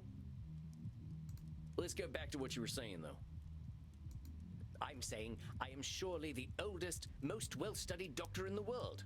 I should have achieved more than this. Well, that one's easy. Well, who said you should have achieved more? Isn't it obvious? I should have something to show for 400 years of work. And what happens if you don't? Absolutely nothing at all. Well, that's my point. That is not as encouraging as you think it is. Ain't meant to be encouraging, just showing you a little reality. Well, it's all my fault, really.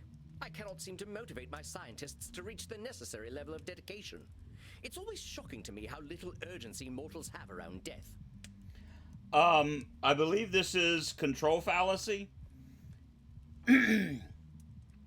Because he says, I cannot motivate. And so his failure to motivate is the reason why the mortals don't have that urgency. So I feel like this is control fallacy. It could also be Nosferatu thinking, where he's like, it's always shocking to see how little urgency mortals have around death.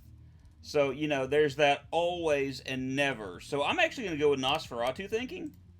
To what extent No! can one man shoulder the failures of an enterprise, I wonder? So it is control fallacy. Well, it's all my fault, Red. So it's all your fault that you haven't come up with the perfect synthetic blood. You know, the funny thing is, I was going with control fallacy, control fallacy, control fallacy, and then I go, but it's probably Nosferatu thinking. I should have went with my gut. It can't be anyone else's fault. Only I have the skill, the knowledge, and the experience. Pardon me for saying so, Doc, but it sounds like what you're doing is pretty dang complicated. It sounds to me like you're some kind of god if you expect control over life itself. Please, I'm a scientist, not a spiritualist. It is not control I seek, but understanding. You're actually seeking more control than you realize, buddy. And are you ever gonna have perfect understanding? No, of course not. I'm not a wizard. I love this man. So how about not putting saving the world on one person, Doc? That is a simplification, but I take your point. As I was saying, now that I'm addicted to my own drug, I have joined the ranks of mortal celebrities in my utter irrelevance.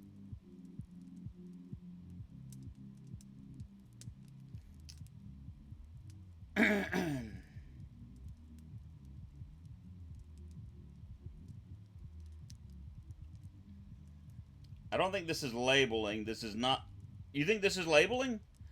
Because he's joined the ranks of more... Okay, mortal celebrities. Now, why would That you was label right. yourself irrelevant? What else do you call a man who has nothing to show after 400 years? I reckon I'd call him by his given name. Slapping a label on yourself don't do nothing but weigh you down. Oh, well played, cowpoke. Perhaps I am being a little dramatic. Perhaps. Yes, I'm aware that in reality progress has been made, enough to get to this point. But I didn't come here to ask for a pat on the back and to be told I'm a good boy. That ain't my department, but I hear they do some of that stuff downstairs.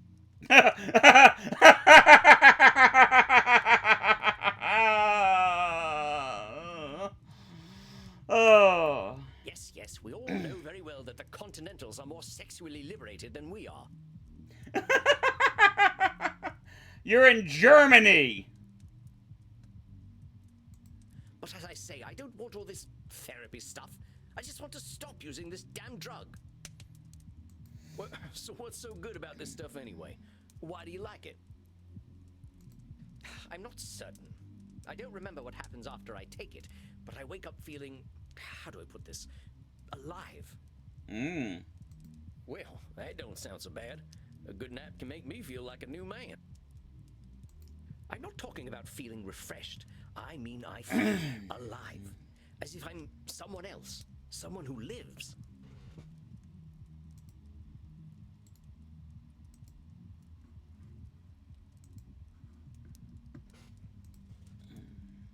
And I wake up and find, oh gracious me, I am not depressed.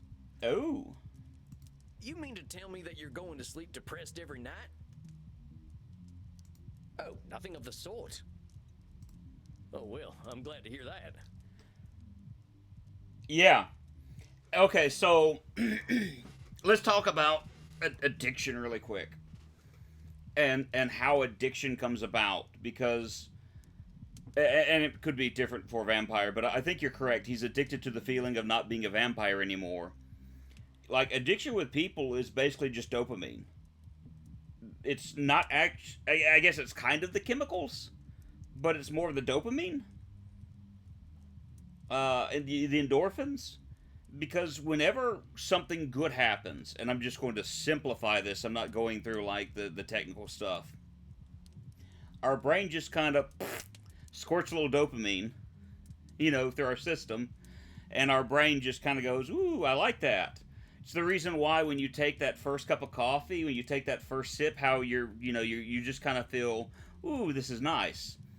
So, the dopamine is kind of sent out, and your nerve ending is kind of like, hey, I like this. And then your brain reabsorbs it. What drugs do is they actually kind of coat the parts that suck up, or rather, they make it harder for the brain to kind of just, reabsorb the dopamine. And so the endorphins stay kind of in your brain longer, meaning that you have this elated feeling longer. And that's what you actually get addicted to, is the chemicals cause the dopamine not to get absorbed as quickly. And it's that feeling of, I want more of this, more of the endorphin feeling that you get.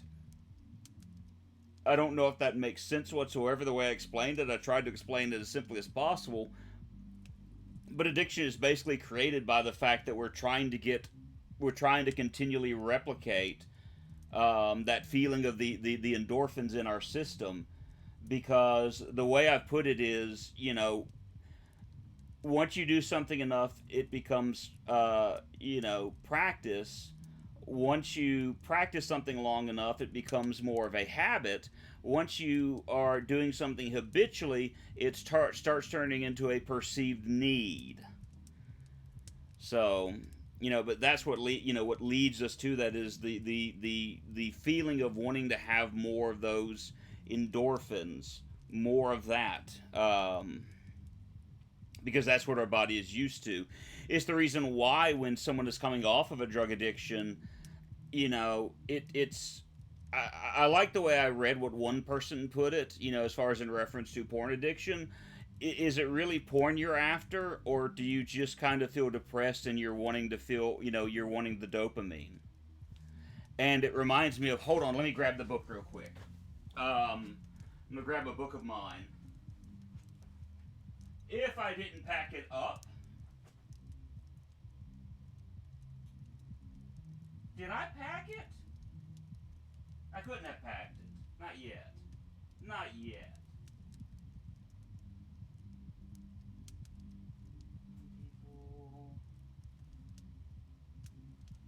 I cannot find it.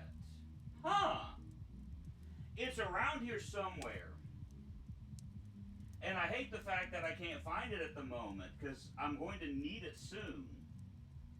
But there's a book written by Stanton Peele called The Meaning of Addiction. And it's somewhere hidden in my office with a bunch of books scattered around and me trying to figure out where it's located. But like in this book, Stanton Peele is going over why a number of different quote unquote a number of addiction treatment plans don't work as well, or don't have, or have a higher rate of I don't want to say people falling off. People end up becoming re-addicted in higher numbers. I can't remember exactly what you would call that. And yes, I know I'm kind of walking around again. Hopefully you can still hear me well.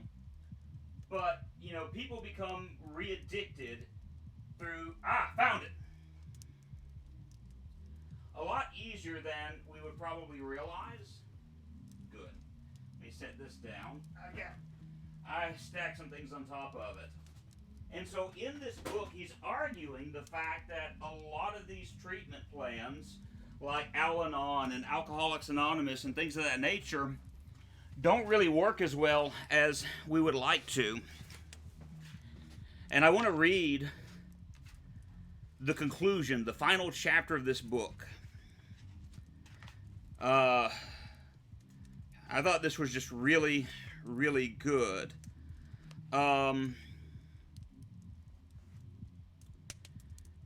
Let's see. He said, preparing people better to achieve joy and competence offers us our only substantial chance at affecting the incidence of addiction. It is certainly not a modest goal. Some might call it utopian or chaotic. Yet to the extent that our addiction theories avoid this realization, whether these theories come from pharmacologists, from clinicians, and self-help groups who see themselves as combating a disease, from sociologists, from psychologists, we will only obfuscate and exasperate the addictive tendencies of our society. Our current approaches to attacking addiction are defeated before they begin and stand no hope of success, since they misappraise the nature and the solution of the problem. What we need, in Henry Murray's 1981 words, is the conception of a better world composed of better societies, composed of better people, and a drive to actualize it by self-transformations and social reconstructions.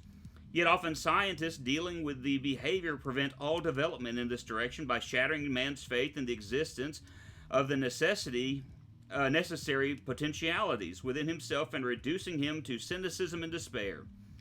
As though these scientists were intending out of malice to reduce the concept of human nature to its lowest common denominators and were gloating about having done so.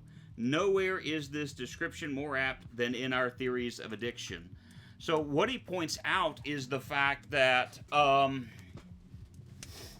I just read the final two paragraphs, there's more that I could have read there, but basically the way he sums up this book is that since there's all of these issues surrounding these quote-unquote treatments, the best thing that you can do is to start teaching people before they become addicts that there is a better way to find joy in life than through substances.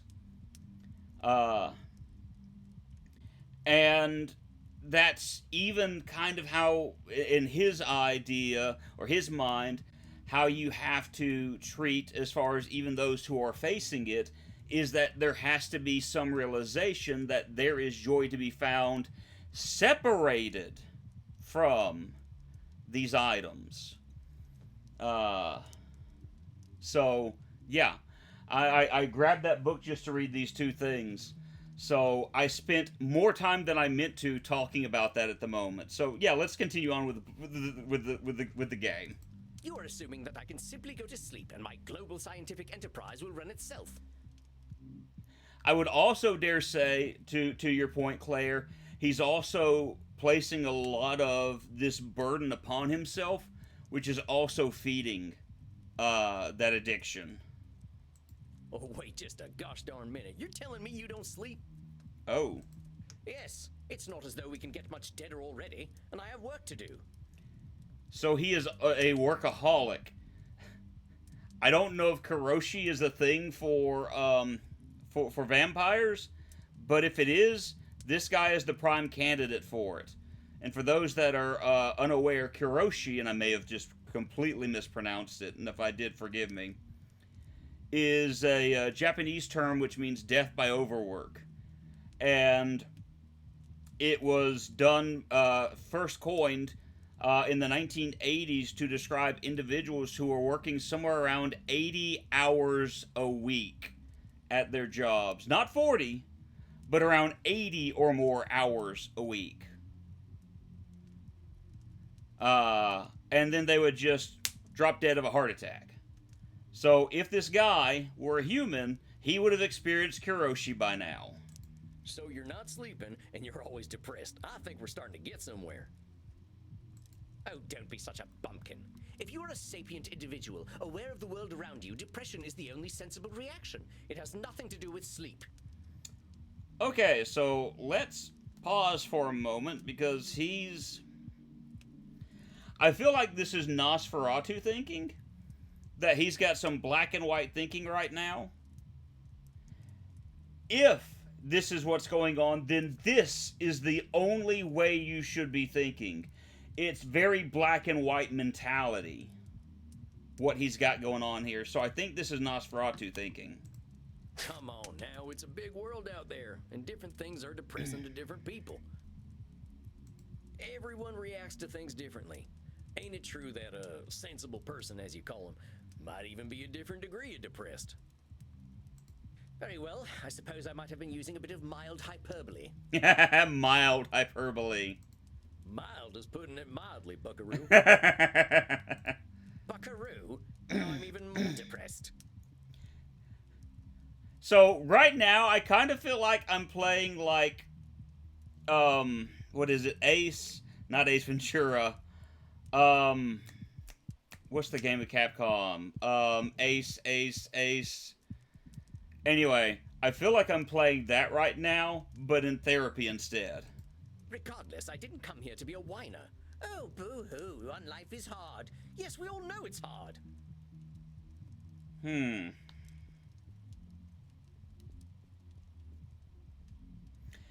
Again, I think this is Nosferatu thinking in the fact that it's black and white as far as, well, life is hard. But, Also, I see labeling here because he's basically saying, I didn't come here to be a whiner. So he's saying I'm a whiner right now. So it could be labeling instead. I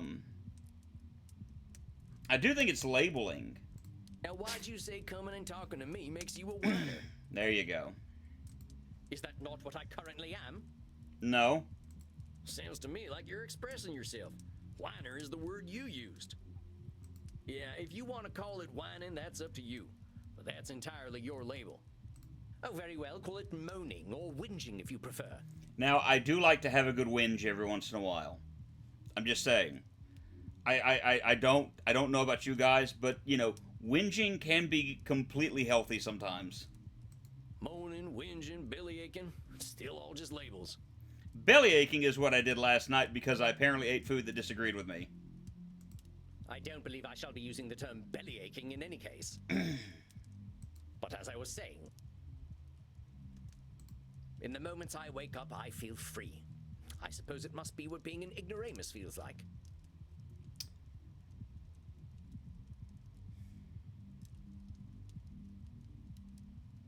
Yeah, that's a different type of belly aching, yes.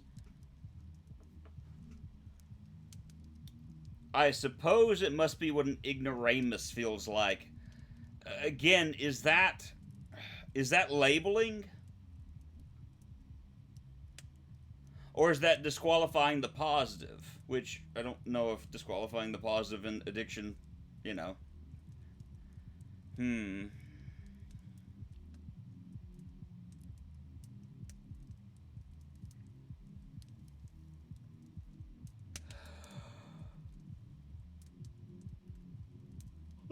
I've been awake since like 4:30 this morning.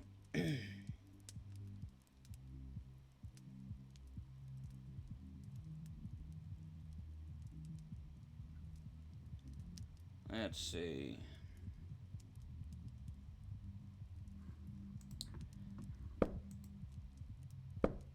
Alright, yeah. So, I have...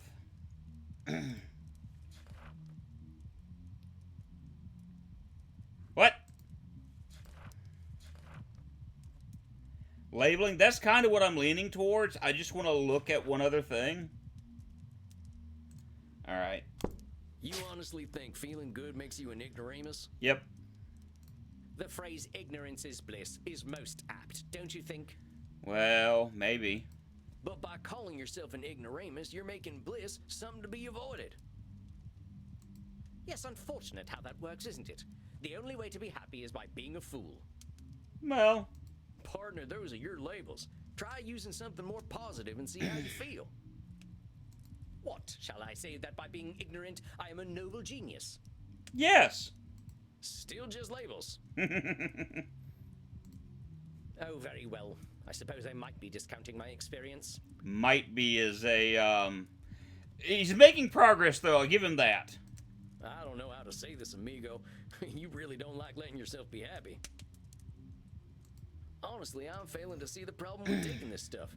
Seems like it's making you get the rest you need and it makes you feel good. What's the problem? First of all, I do not need to rest. And partaking of this plasma does have downsides. Ah, so we didn't get the downsides until now. What kind of downsides? I do not know what happens when I partake of the substance. However, when I wake up, I feel refreshed. But I also smell of blood and sex.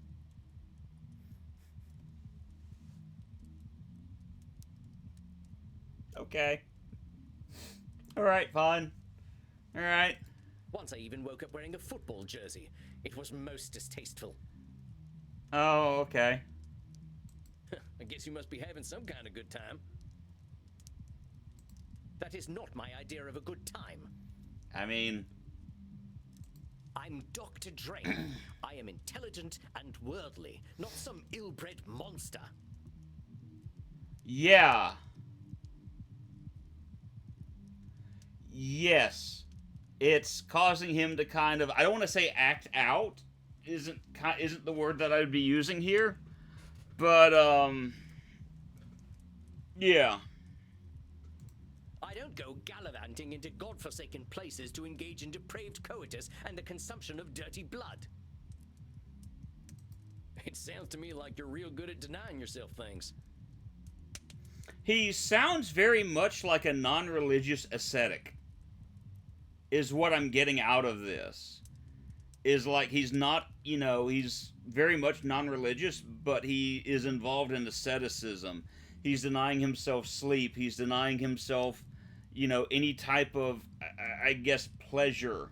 It's almost as if because of his failures, he has to punish himself until he gets it right.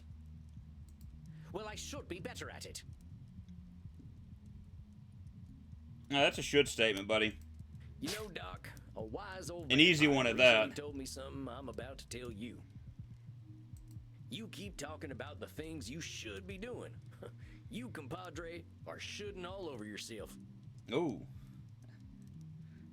I did that once, but I was really sick. Oh, well, that is vivid, isn't it? I can now add incontinence to my already considerable list of faults. I'm being serious. I'm listening to you tell me I should be doing this, and I shouldn't be doing that. But who gave you all them shoulds and shouldn'ts? I don't know. It shouldn't matter, should it? I've been dead for over 400 years. Mm-hmm. It's the oldest stuff that sticks with us, amigo. We all got traumas. Mm-hmm. Heck, we're dead, man. That's traumatic no matter what. What we gotta start with is you. You've been through a lot. Don't rope yourself up so tight. Listen, we're doing good work already, I know it. Now, let's not push too hard. I would really like you to think about where all them shoulds are coming from before we meet again. And be good to yourself, all right, partner? Don't feel like you gotta go cold turkey on that plasma stuff. Yes, well, all the same, I'd rather not do it at all. Understood. Is that actually gonna happen, though? It might. You're dipping into it tonight, aren't you? I was thinking about it. At least he's honest. All right, partner. Just give yourself a little compassion. That's all I'm asking. I'll admit, you've given me some things to think about. Not pleasant ones, mind. Oh, that's part of the... He sees himself as better. Yes. Yes. And so, evidently, something has happened in his past to put him that way. He's mentioned one of his professors. His professor stating the fact that therapy isn't always pleasant, buddy. No, it's not. But I do... One thing that he said kind of sticks in my head at the moment is he pointed out the fact that one of his professors made the statement that they would not do anything, not necessarily important, but they wouldn't do anything that matters. And I think he has that stuck in his head at the moment, that he's unable to enjoy things until he does something that in his mind matters. So I'm wondering if that professor has something to do with his mindset now. And that's just, curiosity on my end. It may have nothing to do with the... yes. And see, that's the thing. That's what I'm hearing from him is, go back to, my professor. I'm wondering if that has something to do with it. You can handle it, partner. You're way smarter than I am. Yes, well, that is certainly true. Very well. I shall do some reflecting, inasmuch as our kind can reflect. Well, at least you're not deflecting. I shall see you in precisely 4 weeks, then. Farewell, Sam. Masterfully done, Samuel. I knew you would do well, but that doesn't make me any less pleased. Okay. Well, that was a hell of a rush. That fella's holding on tighter than a holster to a gunslinger's hip. It felt real good to help him look at himself a little more kindly. Man needs a hug. Probably does. Good, Samuel. Treasure this feeling. We could all use a hug. But also rest.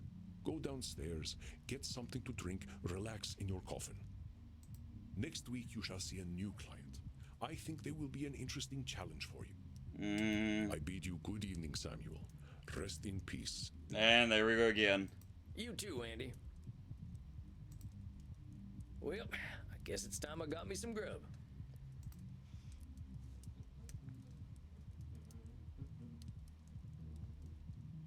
What was that? I heard the game going like... Uh-oh. Well, that's it, I guess. My first client. Can't believe I'm doing this therapy stuff already. Oh no, we're back here again. I sure could use a drink. I'll check in with Crimson. Well, if it isn't Yosemite Sam. How you doing tonight, partner? Better already, hearing from someone from the States who knows the lingo. Poor Andrew. I'm not from any states, cowpoke. District of Columbia girl here. Okay, you're from the you're okay, yeah. I figured you must have been coastal. You sound a little more polished than I do. The funny thing is, I like music like this a lot. But you put me in the middle of this type of situation, and yeah, I would probably not do all that great. You should hear my German. Oh, maybe some other time. My brain's full tonight. I had my first therapy session with a real client. Please don't tell me you're about to start divulging. Oh, yeah? How do you think it went? Careful. I reckon it was a bullseye on my end. I wouldn't necessarily say bullseye, but... You should have seen me. Labeling, blam, disqualifying the positive, kapow. Okay. I'm glad to hear it. Someone has got to sort these vamps out. They know how to hold on to their problems. You ain't kidding. Living or dead, once people hit 70, they get pretty dang set in their ways. You know Andy still uses a typewriter? I can't get that gorgeous man to see that. A typewriter? Keep it up, cowboy. You're a breath of fresh air for these ancient ones. Anyone ever tell you you're wise beyond your years, Crimson? You must have had some life. Afraid I'm exactly as wise as my years. How old do you think I am, cowboy? Don't fall for the trap. This is you. Everything is okay. Yes. I'm gonna do the gentlemanly thing and not hazard a guess. You would have gotten it wrong anyway. Probably. I'm 50 years young. Ah. 50? I died around that age and I looked like shit. But you ain't a vampire. Like I told you, I'm Andy's blood partner. He shares his blood with me too, just not enough to turn me into one of you. I've been 30 for a good while now. But you ain't joining our team? Sounds like a story. Not for tonight, buckaroo.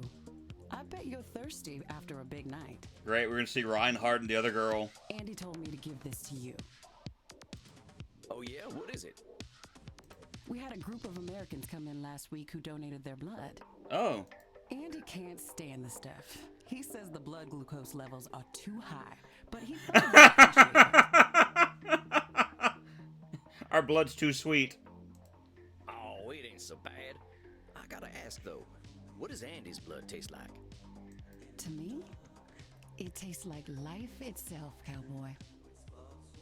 I ain't sure I understand. Never you mind. Look, Tex, I've got some customers to serve, so go enjoy your juice, okay? Oh, of course. I'm keen to get some rest anyway. You have yourself a fine night, Crimson.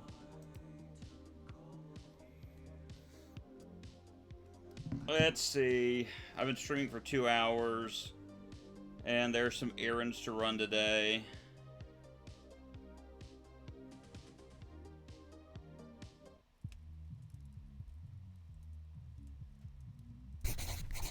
There he is, my incredible protege. Come on now, I have no idea what I'm doing.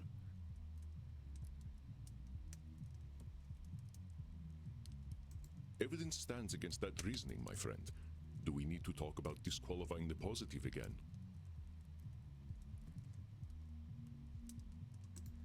All right, I get it. I guess I've been muddling through okay. You've been doing wonderfully. I hope you are ready for a bit of a challenge tonight. Your next client has been known to be somewhat difficult. Oh no. Here, look at her intake form. Nah, go for it. I'm not sure how long I'm going to do this because there are some errands that I need to run with my wife a little bit today, so we're going to see. Isabella D'Este. Dang, she's got some funny tasting hats. Isabella d'Este was a key figure in the Italian Renaissance, funding the works of Leonardo da Vinci, Andrea Mantegna, and Michelangelo. She received a humanist education and knows much about history, art, music, and philosophy. She comes from a highly aristocratic background, but has endured considerable family issues through the generations. She states that she is undergoing an existential immortality crisis, suggesting that her life and unlife have both been meaningless. Suggestion: be exceedingly polite. Oh no. I think you should get along quite well then. Walked right into that one. Isabella is not your average vampire. She was once the powerful matriarch of one of the most influential families in Europe. So is this supposed to close out? She fraternized with popes and kings, and she also wielded great power over the art world. Some say that she was the model for the Mona Lisa. One of them highfalutin types, huh? I don't think she's gonna like me much. She is as human as any of us, Samuel. I already know you will find a way to relate with her. If you say so. Remember, you can always seek my advice if you feel lost. You are not alone. But I hear the beating of elegant wings. Breathe, Samuel. Oh, and do be polite.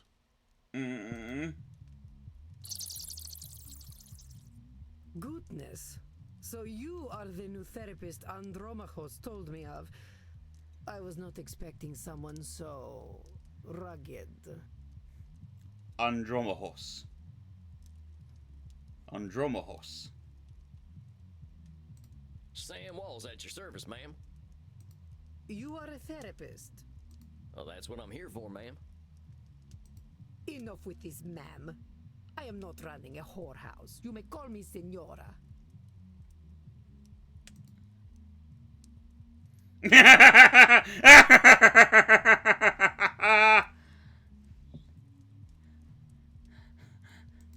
All right, Senora. You have seen my what? Have you been peeking under my skirts, young man? No, no. Huh? What are you talking about, lady? Signora. Say it. Signora. Signora. Signora. Signora? Porca miseria. This is not going to be easy, is it? Therapy ain't never easy, Signora. So, therapy is always easy then. Oh no. I said it ain't never easy, Signora. Double negative. Is therapy easy or is it not? Not, I guess. Oh, how are we to examine my inner demons if your own speech is so diabolical? Oh, this is gonna be great. You know what? Let's start over. Greetings and salutations, Signora. I am most honored to receive you in my humble office. Good thinking. Very well. I suppose it will do. I'm just here to help, Signora. Yeah. Your intake forms that you've been having a tough time lately. A tough time. Indeed, yes, it has been a tough time. The realization that not only am I a corpse, but that I have been a useless corpse for nearly 400 years is a tough time. That's labeling. So what set off this feeling that you're a corpse? I saw a film at the cinema. Oh. Hey, I love the cinema.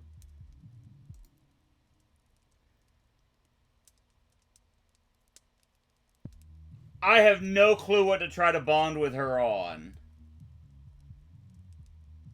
The only thing that I can guess at the moment would be the glamour, because, yeah, her dress. I don't think I could bond with her over movies, because I'm just assuming that Tombstone is Sam's favorite movie, but maybe that's labeling. Bond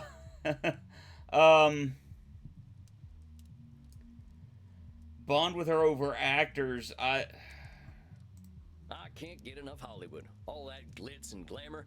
Them celebrities sure know how to look good. Per favore, they look like employees of a peacock brothel. Yep. The battle between licentiousness and chastity has ended, and chastity has been utterly degraded on the battlefield. Yep, I failed. They should be ashamed of themselves, parading their young flesh for the adulation of fools. I could teach them about proper fashion, but alas, they would be incapable of hearing my wisdom. I can tell I'm barking up the wrong tree here. Let's go back to this movie you saw at the cinema. Best thing to do. It was a most terrible film, one that shook me to my core. The pain of it lingers with me still, 5 years later. Okay, so there was a movie that we're in 2024 now, that took place in 2019. Anyone want to try to place their bets as to what movie has shaken her to her very core? It was in the theaters, so I doubt it's Milo and Otis. Twilight. Twilight's a bit older than that. I mean, I suppose that's possible.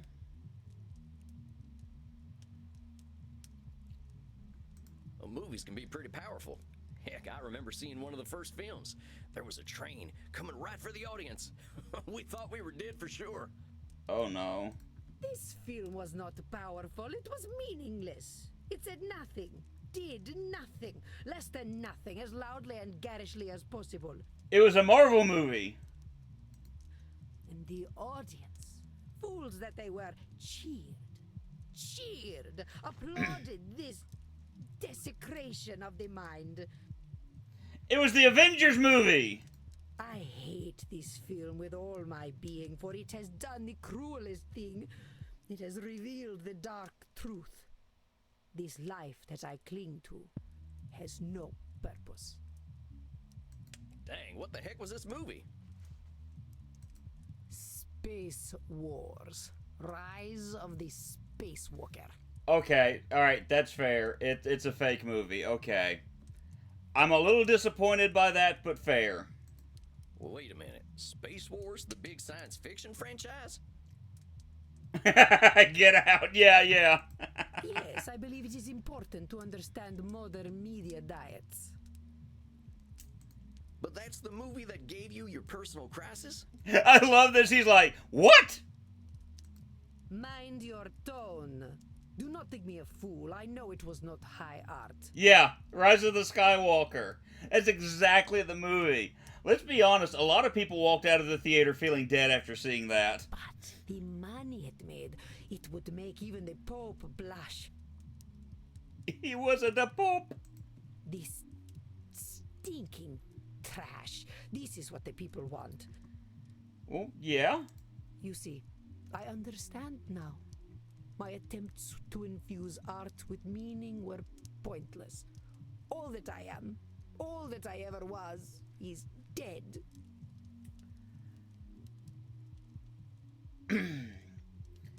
So, I feel like this could be disqualifying the positive. Okay, dishes. I was just dying to hear what the movie was. Oh, yeah, that's fine. Yeah, do your dishes. I feel like this might be disqualifying the positive because she talks about, you know, all the things I did with art, pointless. All that I am, all that I ever was is dead. So that could be labeling, but I still think that's disqualifying the positive. Nope! For such a complicated woman, the answers are overly simple for Signora d'Este, are they not, Samuel? You absolutely helped me out I none. understand now. My attempts to infuse art with meaning were pointless. All that I am, all Was that this I be ever was, Nosferatu is thinking? dead.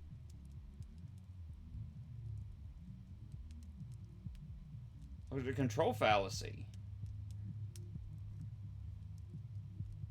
It's not a should statement. I don't think this is a control statement.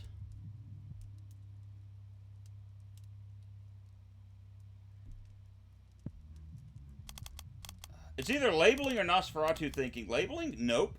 For such a complicated woman, the answers are overly... You see, I understand. You don't seem Nosferatu dead to thinking, me. okay. We're having this conversation, ain't we? You ain't just lying there decomposing.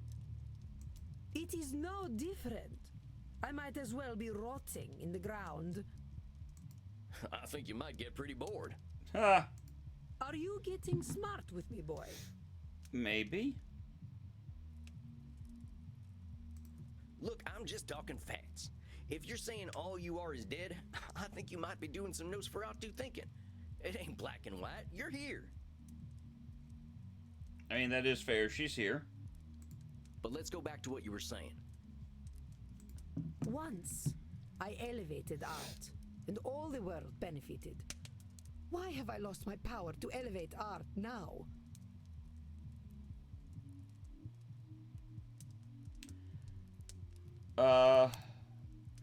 Signora D'Este believes she can elevate all art, it seems. Control fallacy. All the world benefited? There's a lot of people, and they got a lot of different preferences. You can't get them all, can you? But I could, once upon a time. You can't reach everybody, Signora. I hadn't even heard of the Mona Lisa until about 1911. Did you have any schooling whatsoever? No. No, I didn't. But I don't think anyone in my time knew about the Mona Lisa either. Oh, how wonderful. You add to my despair. I'm saying you can't reach everyone, even in your own time. That is true. I doubt the rabble had much of an opinion about the so-called great masters. And that's true. We only know what we know. But you were saying. It was all for nothing. What good was guiding Da Vinci when they sell the Mona Lisa on beer coasters?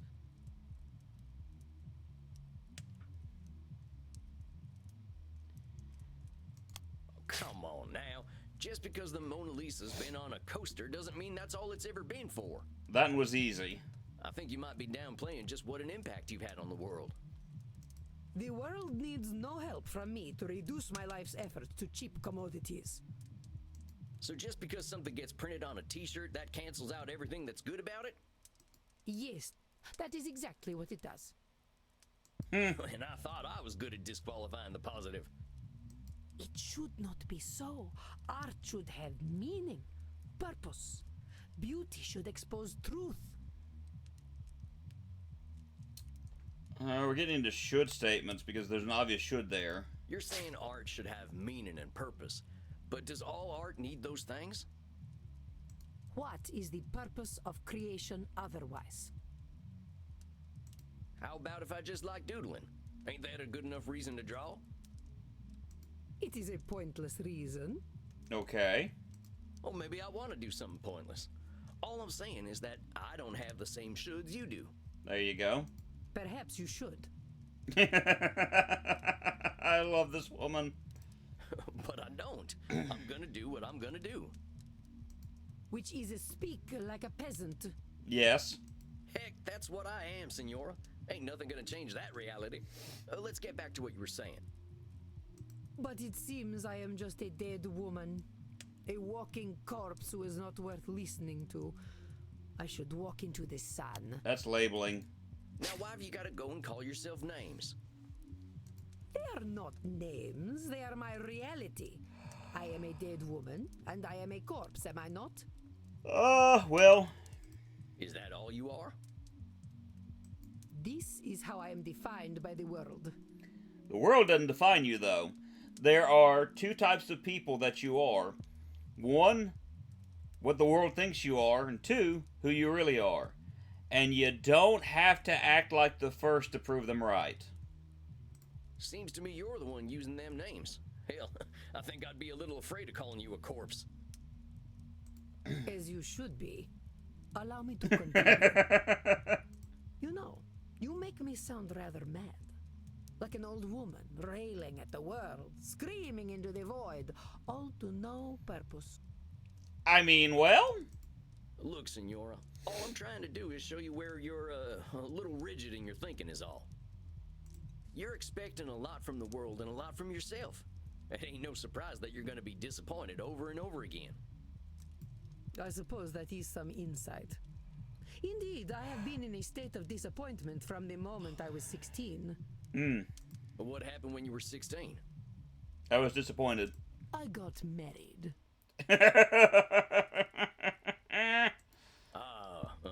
I think I get it. You absolutely do not get it. You are a man. Well then, help me understand. Yep. Frankie, my husband. He taught me the meaning of disappointment. Well, how would you define disappointment? He taught me the world was built upon lies. These things men proclaim as values. Truth, beauty, the spiritual. They were all fiction. But if men did not live according to principle, I would. I would set the example and shame them all. Yet, what a fool I have been to think humanity had greater aims. So, what's this greater aim you're talking about? I received a humanist education as a child. I was taught that the pathway to God was through rationality and a questioning mind, not slavish devotion to tradition. And her husband, probably different. This world is not Eden, but it could be. Or so I thought. So she is an idealist, which isn't a bad thing in and out of itself. But when you're an idealist, you expect people to live up to the idolations that you have. And that can lead to a lot of disappointment, a lot of struggle. So you're talking about a literal pathway to God? No, fool. A pathway to godliness. To live according to our natures. Our true natures.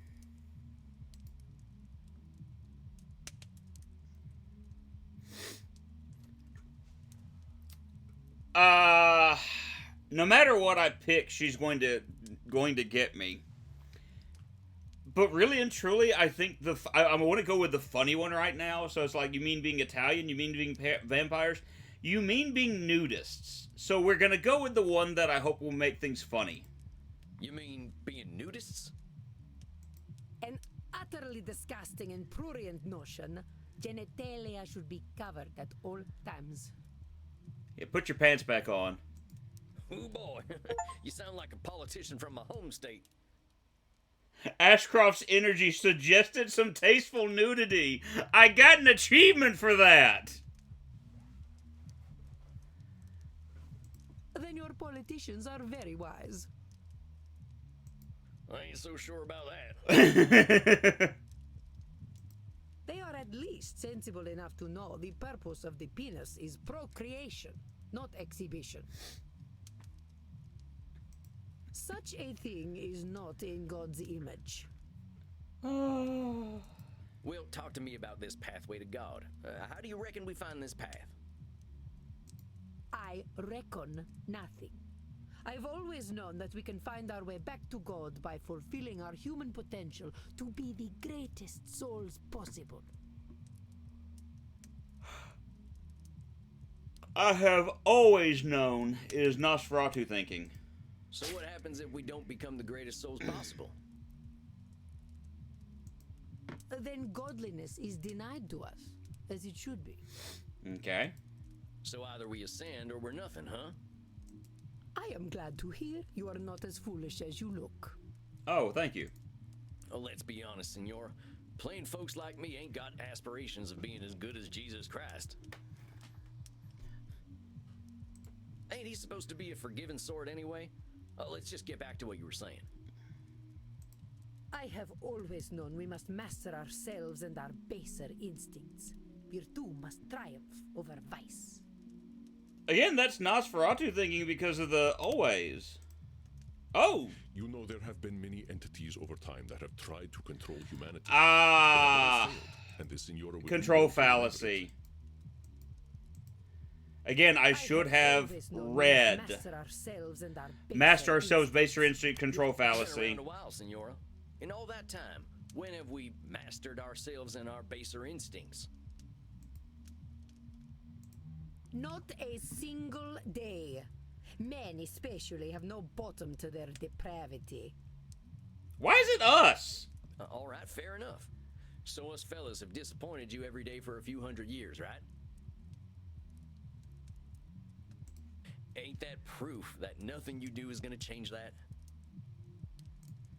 An evil thought, Mr. Sam Walls, but true, I concede.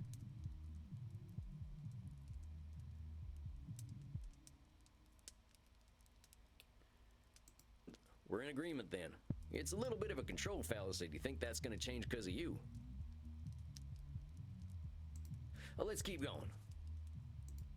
I have always known that the earthly lives we lead are disgusting, and only war and death can come of them.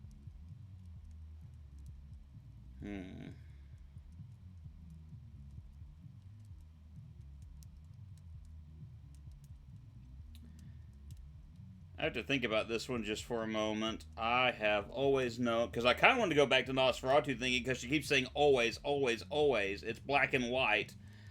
But the game is going, you know. But also, this is helpful because, you know, it's more than just kind of a focus of, hey, I'm trying to think of the way I wanted to word that, and now I can't, so you gotta give me just a moment. This is kind of keeping me on my toes, and so that's what I'm referring to, so that's a good thing. Earthly lives we lead are disgusting, and only war and death can come from them. So I kind of feel like there is a possibility that there is, disqualifying the positive? Because she's saying that only bad things come from the earthly lives that we lead. There's nothing good to the lives that we have. And so that's kind of what's stuck in my head at the moment.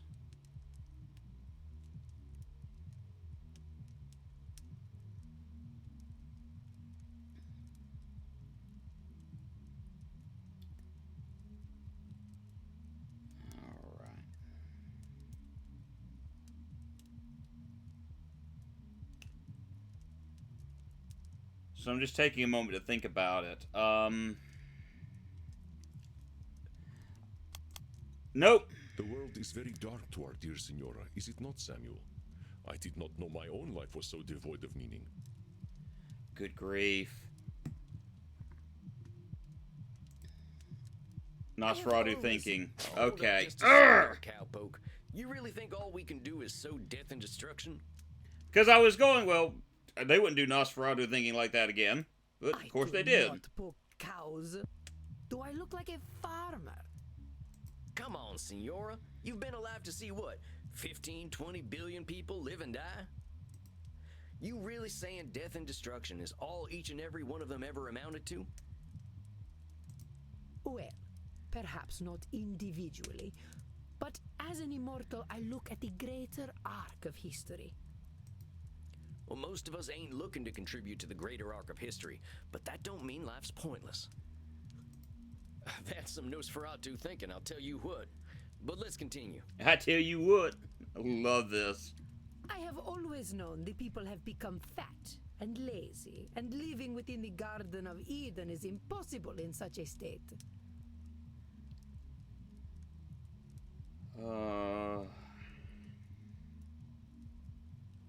Is this another control fallacy? No. Our esteemed client is very good at coming up with names for others, isn't she? Labeling others. Call her out, Good Steve. grief. I'm doing terrible right now. Sounds to me like you're coming up with labels for kicking people out of the Garden of Eden. Is that all we amount to? Fat and lazy? Look around your own country, boy. Look at me. See my disgusting rolls and saggy features. Would you let me into the Garden of Eden? Well, sure, why the heck not? I am glad you are not the gatekeeper then. You rather have a gatekeeper who wouldn't let you in? Listen, Senora, you gotta go easy on yourself with them labels. Well, let's keep talking, though. I have always known we should act with dignity if we would take our place at God's side once more.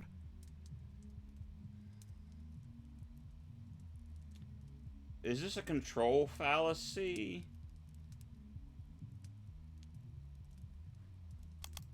Nope. Who told our dear Senora all these things that must be done to reach God? I wonder how they were bestowed with such holy expertise. I have always No? Who told our dear Senora all I'm these just, things that I'm must doing be- terrible right I have now. always known we should act with Who told What? our dear Senora Is all this a these- should? I have always known we should act with dignity. I think this here's the meat of it, Senora. Oh, I did terrible with her. I fear your French is even worse than your Italian. Here's the thing, Senora. Who came up with all them shoulds that'll take you to God? Why, the greatest thinkers of history that I studied in my youth. Plato, Aristotle, Cicero, Aquinas. Sounds like a bunch of dead guys to me. They really had it all figured out way back when, huh? Well, of course not. How foolish do you think me? Not at all, Senora. Just questioning where all them shoulds are coming from. But let's keep going. Alright, let's try not to So foul you this think you up. are so very clever, do you, boy? That by pointing out my distortions, you have won. No. That is where you are truly the fool. I already know how wrong I have been, that I have been chasing an Oh, impossible boy. fiction all my life. Indeed, I now believe that even if we did follow the pathway to God, once we reach the end, we would discover that he, too, was a work of fiction. Okay. When I say God, I mean goodness, propriety, intelligence. God himself is a lie. I see. So you've lost your faith. Yes, it has crumbled to dust, much like myself in this fat, wretched old body. Beauty and truth are lies, ideas developed by ugly men to justify their existence. While we occupy ourselves chasing those ideals, they create space wars to leech our money and our vitality. And to think they call me judgmental while they created the false ideal to judge against. You don't think I'm judgmental, do you, boy?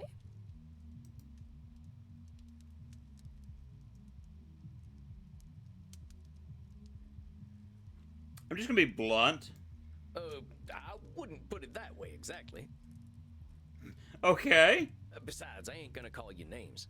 In fact, that's where I think I want to challenge you. Senora, I think the person you're judging more than anyone is yourself. I know you got raised with all them high ideals, so of course you're getting disappointed when nobody can reach them. That's some heavy pressure, not just on them, but on yourself. I'd ask yourself what all that pressure's doing for you. Is it bringing you any satisfaction? We can't always control what things are gonna be. This is not acceptable.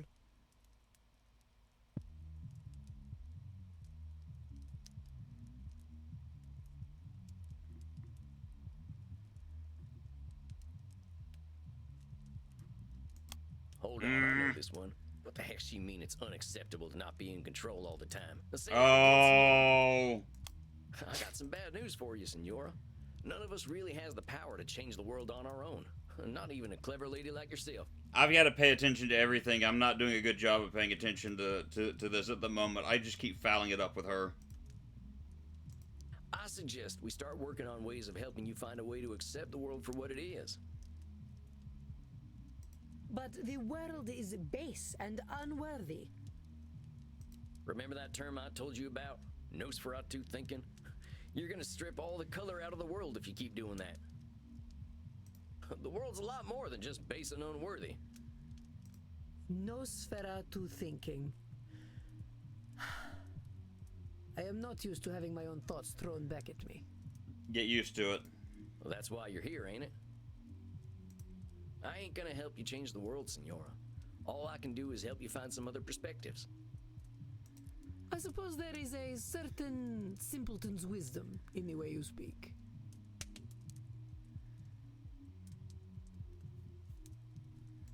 Thanks, I guess. Very well, boy. I will consider what you have said. We will meet again in exactly 4 weeks. Do we have an understanding? Yes, indeedy, Senora. Ugh. Please learn to speak properly by then. No. Well done, Samuel. I believe you handled Senora Deste quite well. You kidding? That lady straight up hates my guts. Samuel, if Isabella Deste hated your guts, she would not be shy about telling you so. That I believe. Older we get, the harder it is to gain a different perspective. Have patience. We are not all as wise as Samuel Walls. Guess it's just that simpleton's wisdom, as the Senora called it. Do not adopt her labels, Samuel. I will not stand for it. I know she was a challenge, but you rose to it as I knew you would. I think you deserve a night of hard drinking. What do you say? Good night. You don't need to tell me twice. All right, Andy. I'll see you later then. Indeed, Samuel. Enjoy yourself. Excellent work tonight. Rest in peace.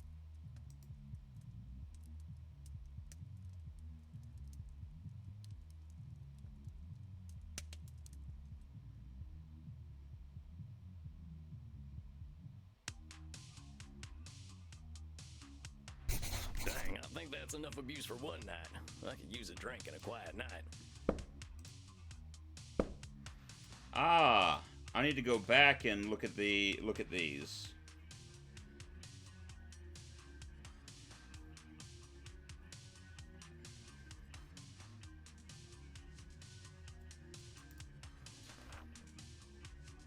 I gotcha. It's kind of helping me as far as with some of these statements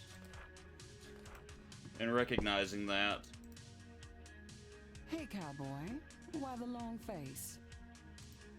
I used to say the same thing to my princess. That'd be a horse. Your daughter. My horse, actually. She never really understood the joke, but I still like telling it to her. I figured. You didn't answer my question, Gunslinger. What's got you down? Oh, I just finished up with my second client. She gave me a tongue lashing to remember her by. You ever talk to someone who's so educated and refined that they make you feel like a space alien? Only everyone I ever met in law school. At least until I learned to speak their language. You're a lawyer? Was, and no, I wasn't the blood-sucking kind before you start with the vampire jokes. Just a wide-eyed DC do-gooder. But I get what you're talking about. People can use language like a membership card. You don't speak the lingo, you don't get in. Well, that's just what I mean. I just ain't sure I've got the lingo for a 500-year-old high society Renaissance woman. Well, how do you think your session went? Think she heard you?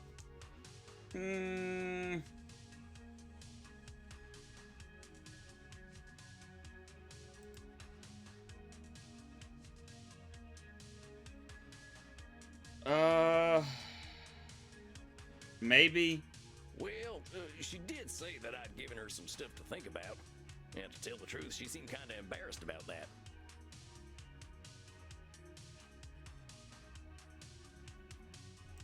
So what? If she heard you, I'd take the W, cowboy. Take the W. What, the wagon? The win. The win, Gramps. Maybe she isn't gonna relate to you, but that doesn't mean she can't hear you. Oh, you're probably right. I guess I'll take the W. And while you're at it, I'll take some B too. Oh, that's blood, see? What are you in the mood for? Men? Women? Something a little more off the beaten path? I think I'll have some takeaway tonight. What have you got? Here, try this. Should put some color in those cheeks. You really ain't squeamish, huh, Crimson? Nah, healthy blood never hurt anyone. I've been hanging around vampires for 20 years, and they aren't so scary. Not even Bert? What, that old pointy-eared teddy bear? He's a total sweetheart, unless someone gets aggressive or touchy with the customers. What does he do then? They get a stern warning. And if they don't listen? Why, then he eats them. Yeah, fair. Well, maybe he is a teddy bear. I met Teddy Roosevelt back in the night, and I'm pretty sure he would have done the same thing. Speaking of which, I gotta thirst something fierce. I think I'll head back to my coffin for a little rest. But you have a good night, Crimson. You too, Sam. Don't let the Draculas bite. Ah. Time to crack open a warm one. That's the good stuff. Now, maybe I can find a quote from one of my favorite books that'll help give me a little inspiration. See Spot run. Run, Spot, run. Or I could watch the Three Stooges hit each other a whole bunch. Or I could just go to sleep. What's it gonna be, Sammy boy? Let's go with the book. Oh, Thoreau. My profession is to be always on the alert, to find God in nature, to know his lurking places. I always like that quote. I ain't a God-fearing kind, but it's true. There's a natural beauty behind the man-made world if you know where to look. Isabella D'Este's all culture and breeding, but underneath, she's got her vulnerable and beautiful humanity too. I just gotta remember that. All right, that's enough for one night. Time for some rest. I hope my next client will be a little easier. I'm probably going to stop it here and continue with Vampire Therapist next week. I'm enjoying this. Like I said, I'm just being reminded I've got to do more paying attention in the next one. Samuel, good evening. I am glad to see you looking so fresh and well slept. So we're going to save here. I'm going to actually exit now.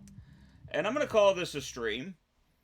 But I'm grateful for everyone who showed up. I'm just feeling tired. I know it's a little bit earlier than I would normally. But I woke up early. I started streaming a little early. I'm kind of tired at the moment. So I'm not recognizing things the way that I should. So, like I said, we're going to continue on next week with more Vampire Therapist. I am enjoying it, and so I want to see what else is involved in this. So, we're going to call this right here. I hope you all have a great day, and we'll see you in the next stream. Actually, real quick, let me see if someone else is streaming. Oh! Okay. So that's what happens when you do that. Let me see if someone else is streaming at the moment. If so, I'll probably throw a raid out there. If you guys want to hold on just a moment. And then you guys can look at the little BRB screen I've got going on. I added 2 more to it. Anyone streaming? Yeah! We are going to raid a friend of... All right, fair enough. So I said, let me ask you this. I said... We're going to raid a friend of mine, Jolly Green Carl. He's a real-life friend of mine. He is in... he's doing a knitting stream at the moment. But he's also doing... he watches... I don't know how to put it other than, like, sometimes he watches videos while he does things, and I'm just going to raid it and throw it in there. So, we're going to start the raid now. We're going to hop in there. Thank you all for being here, and hope you have a great day.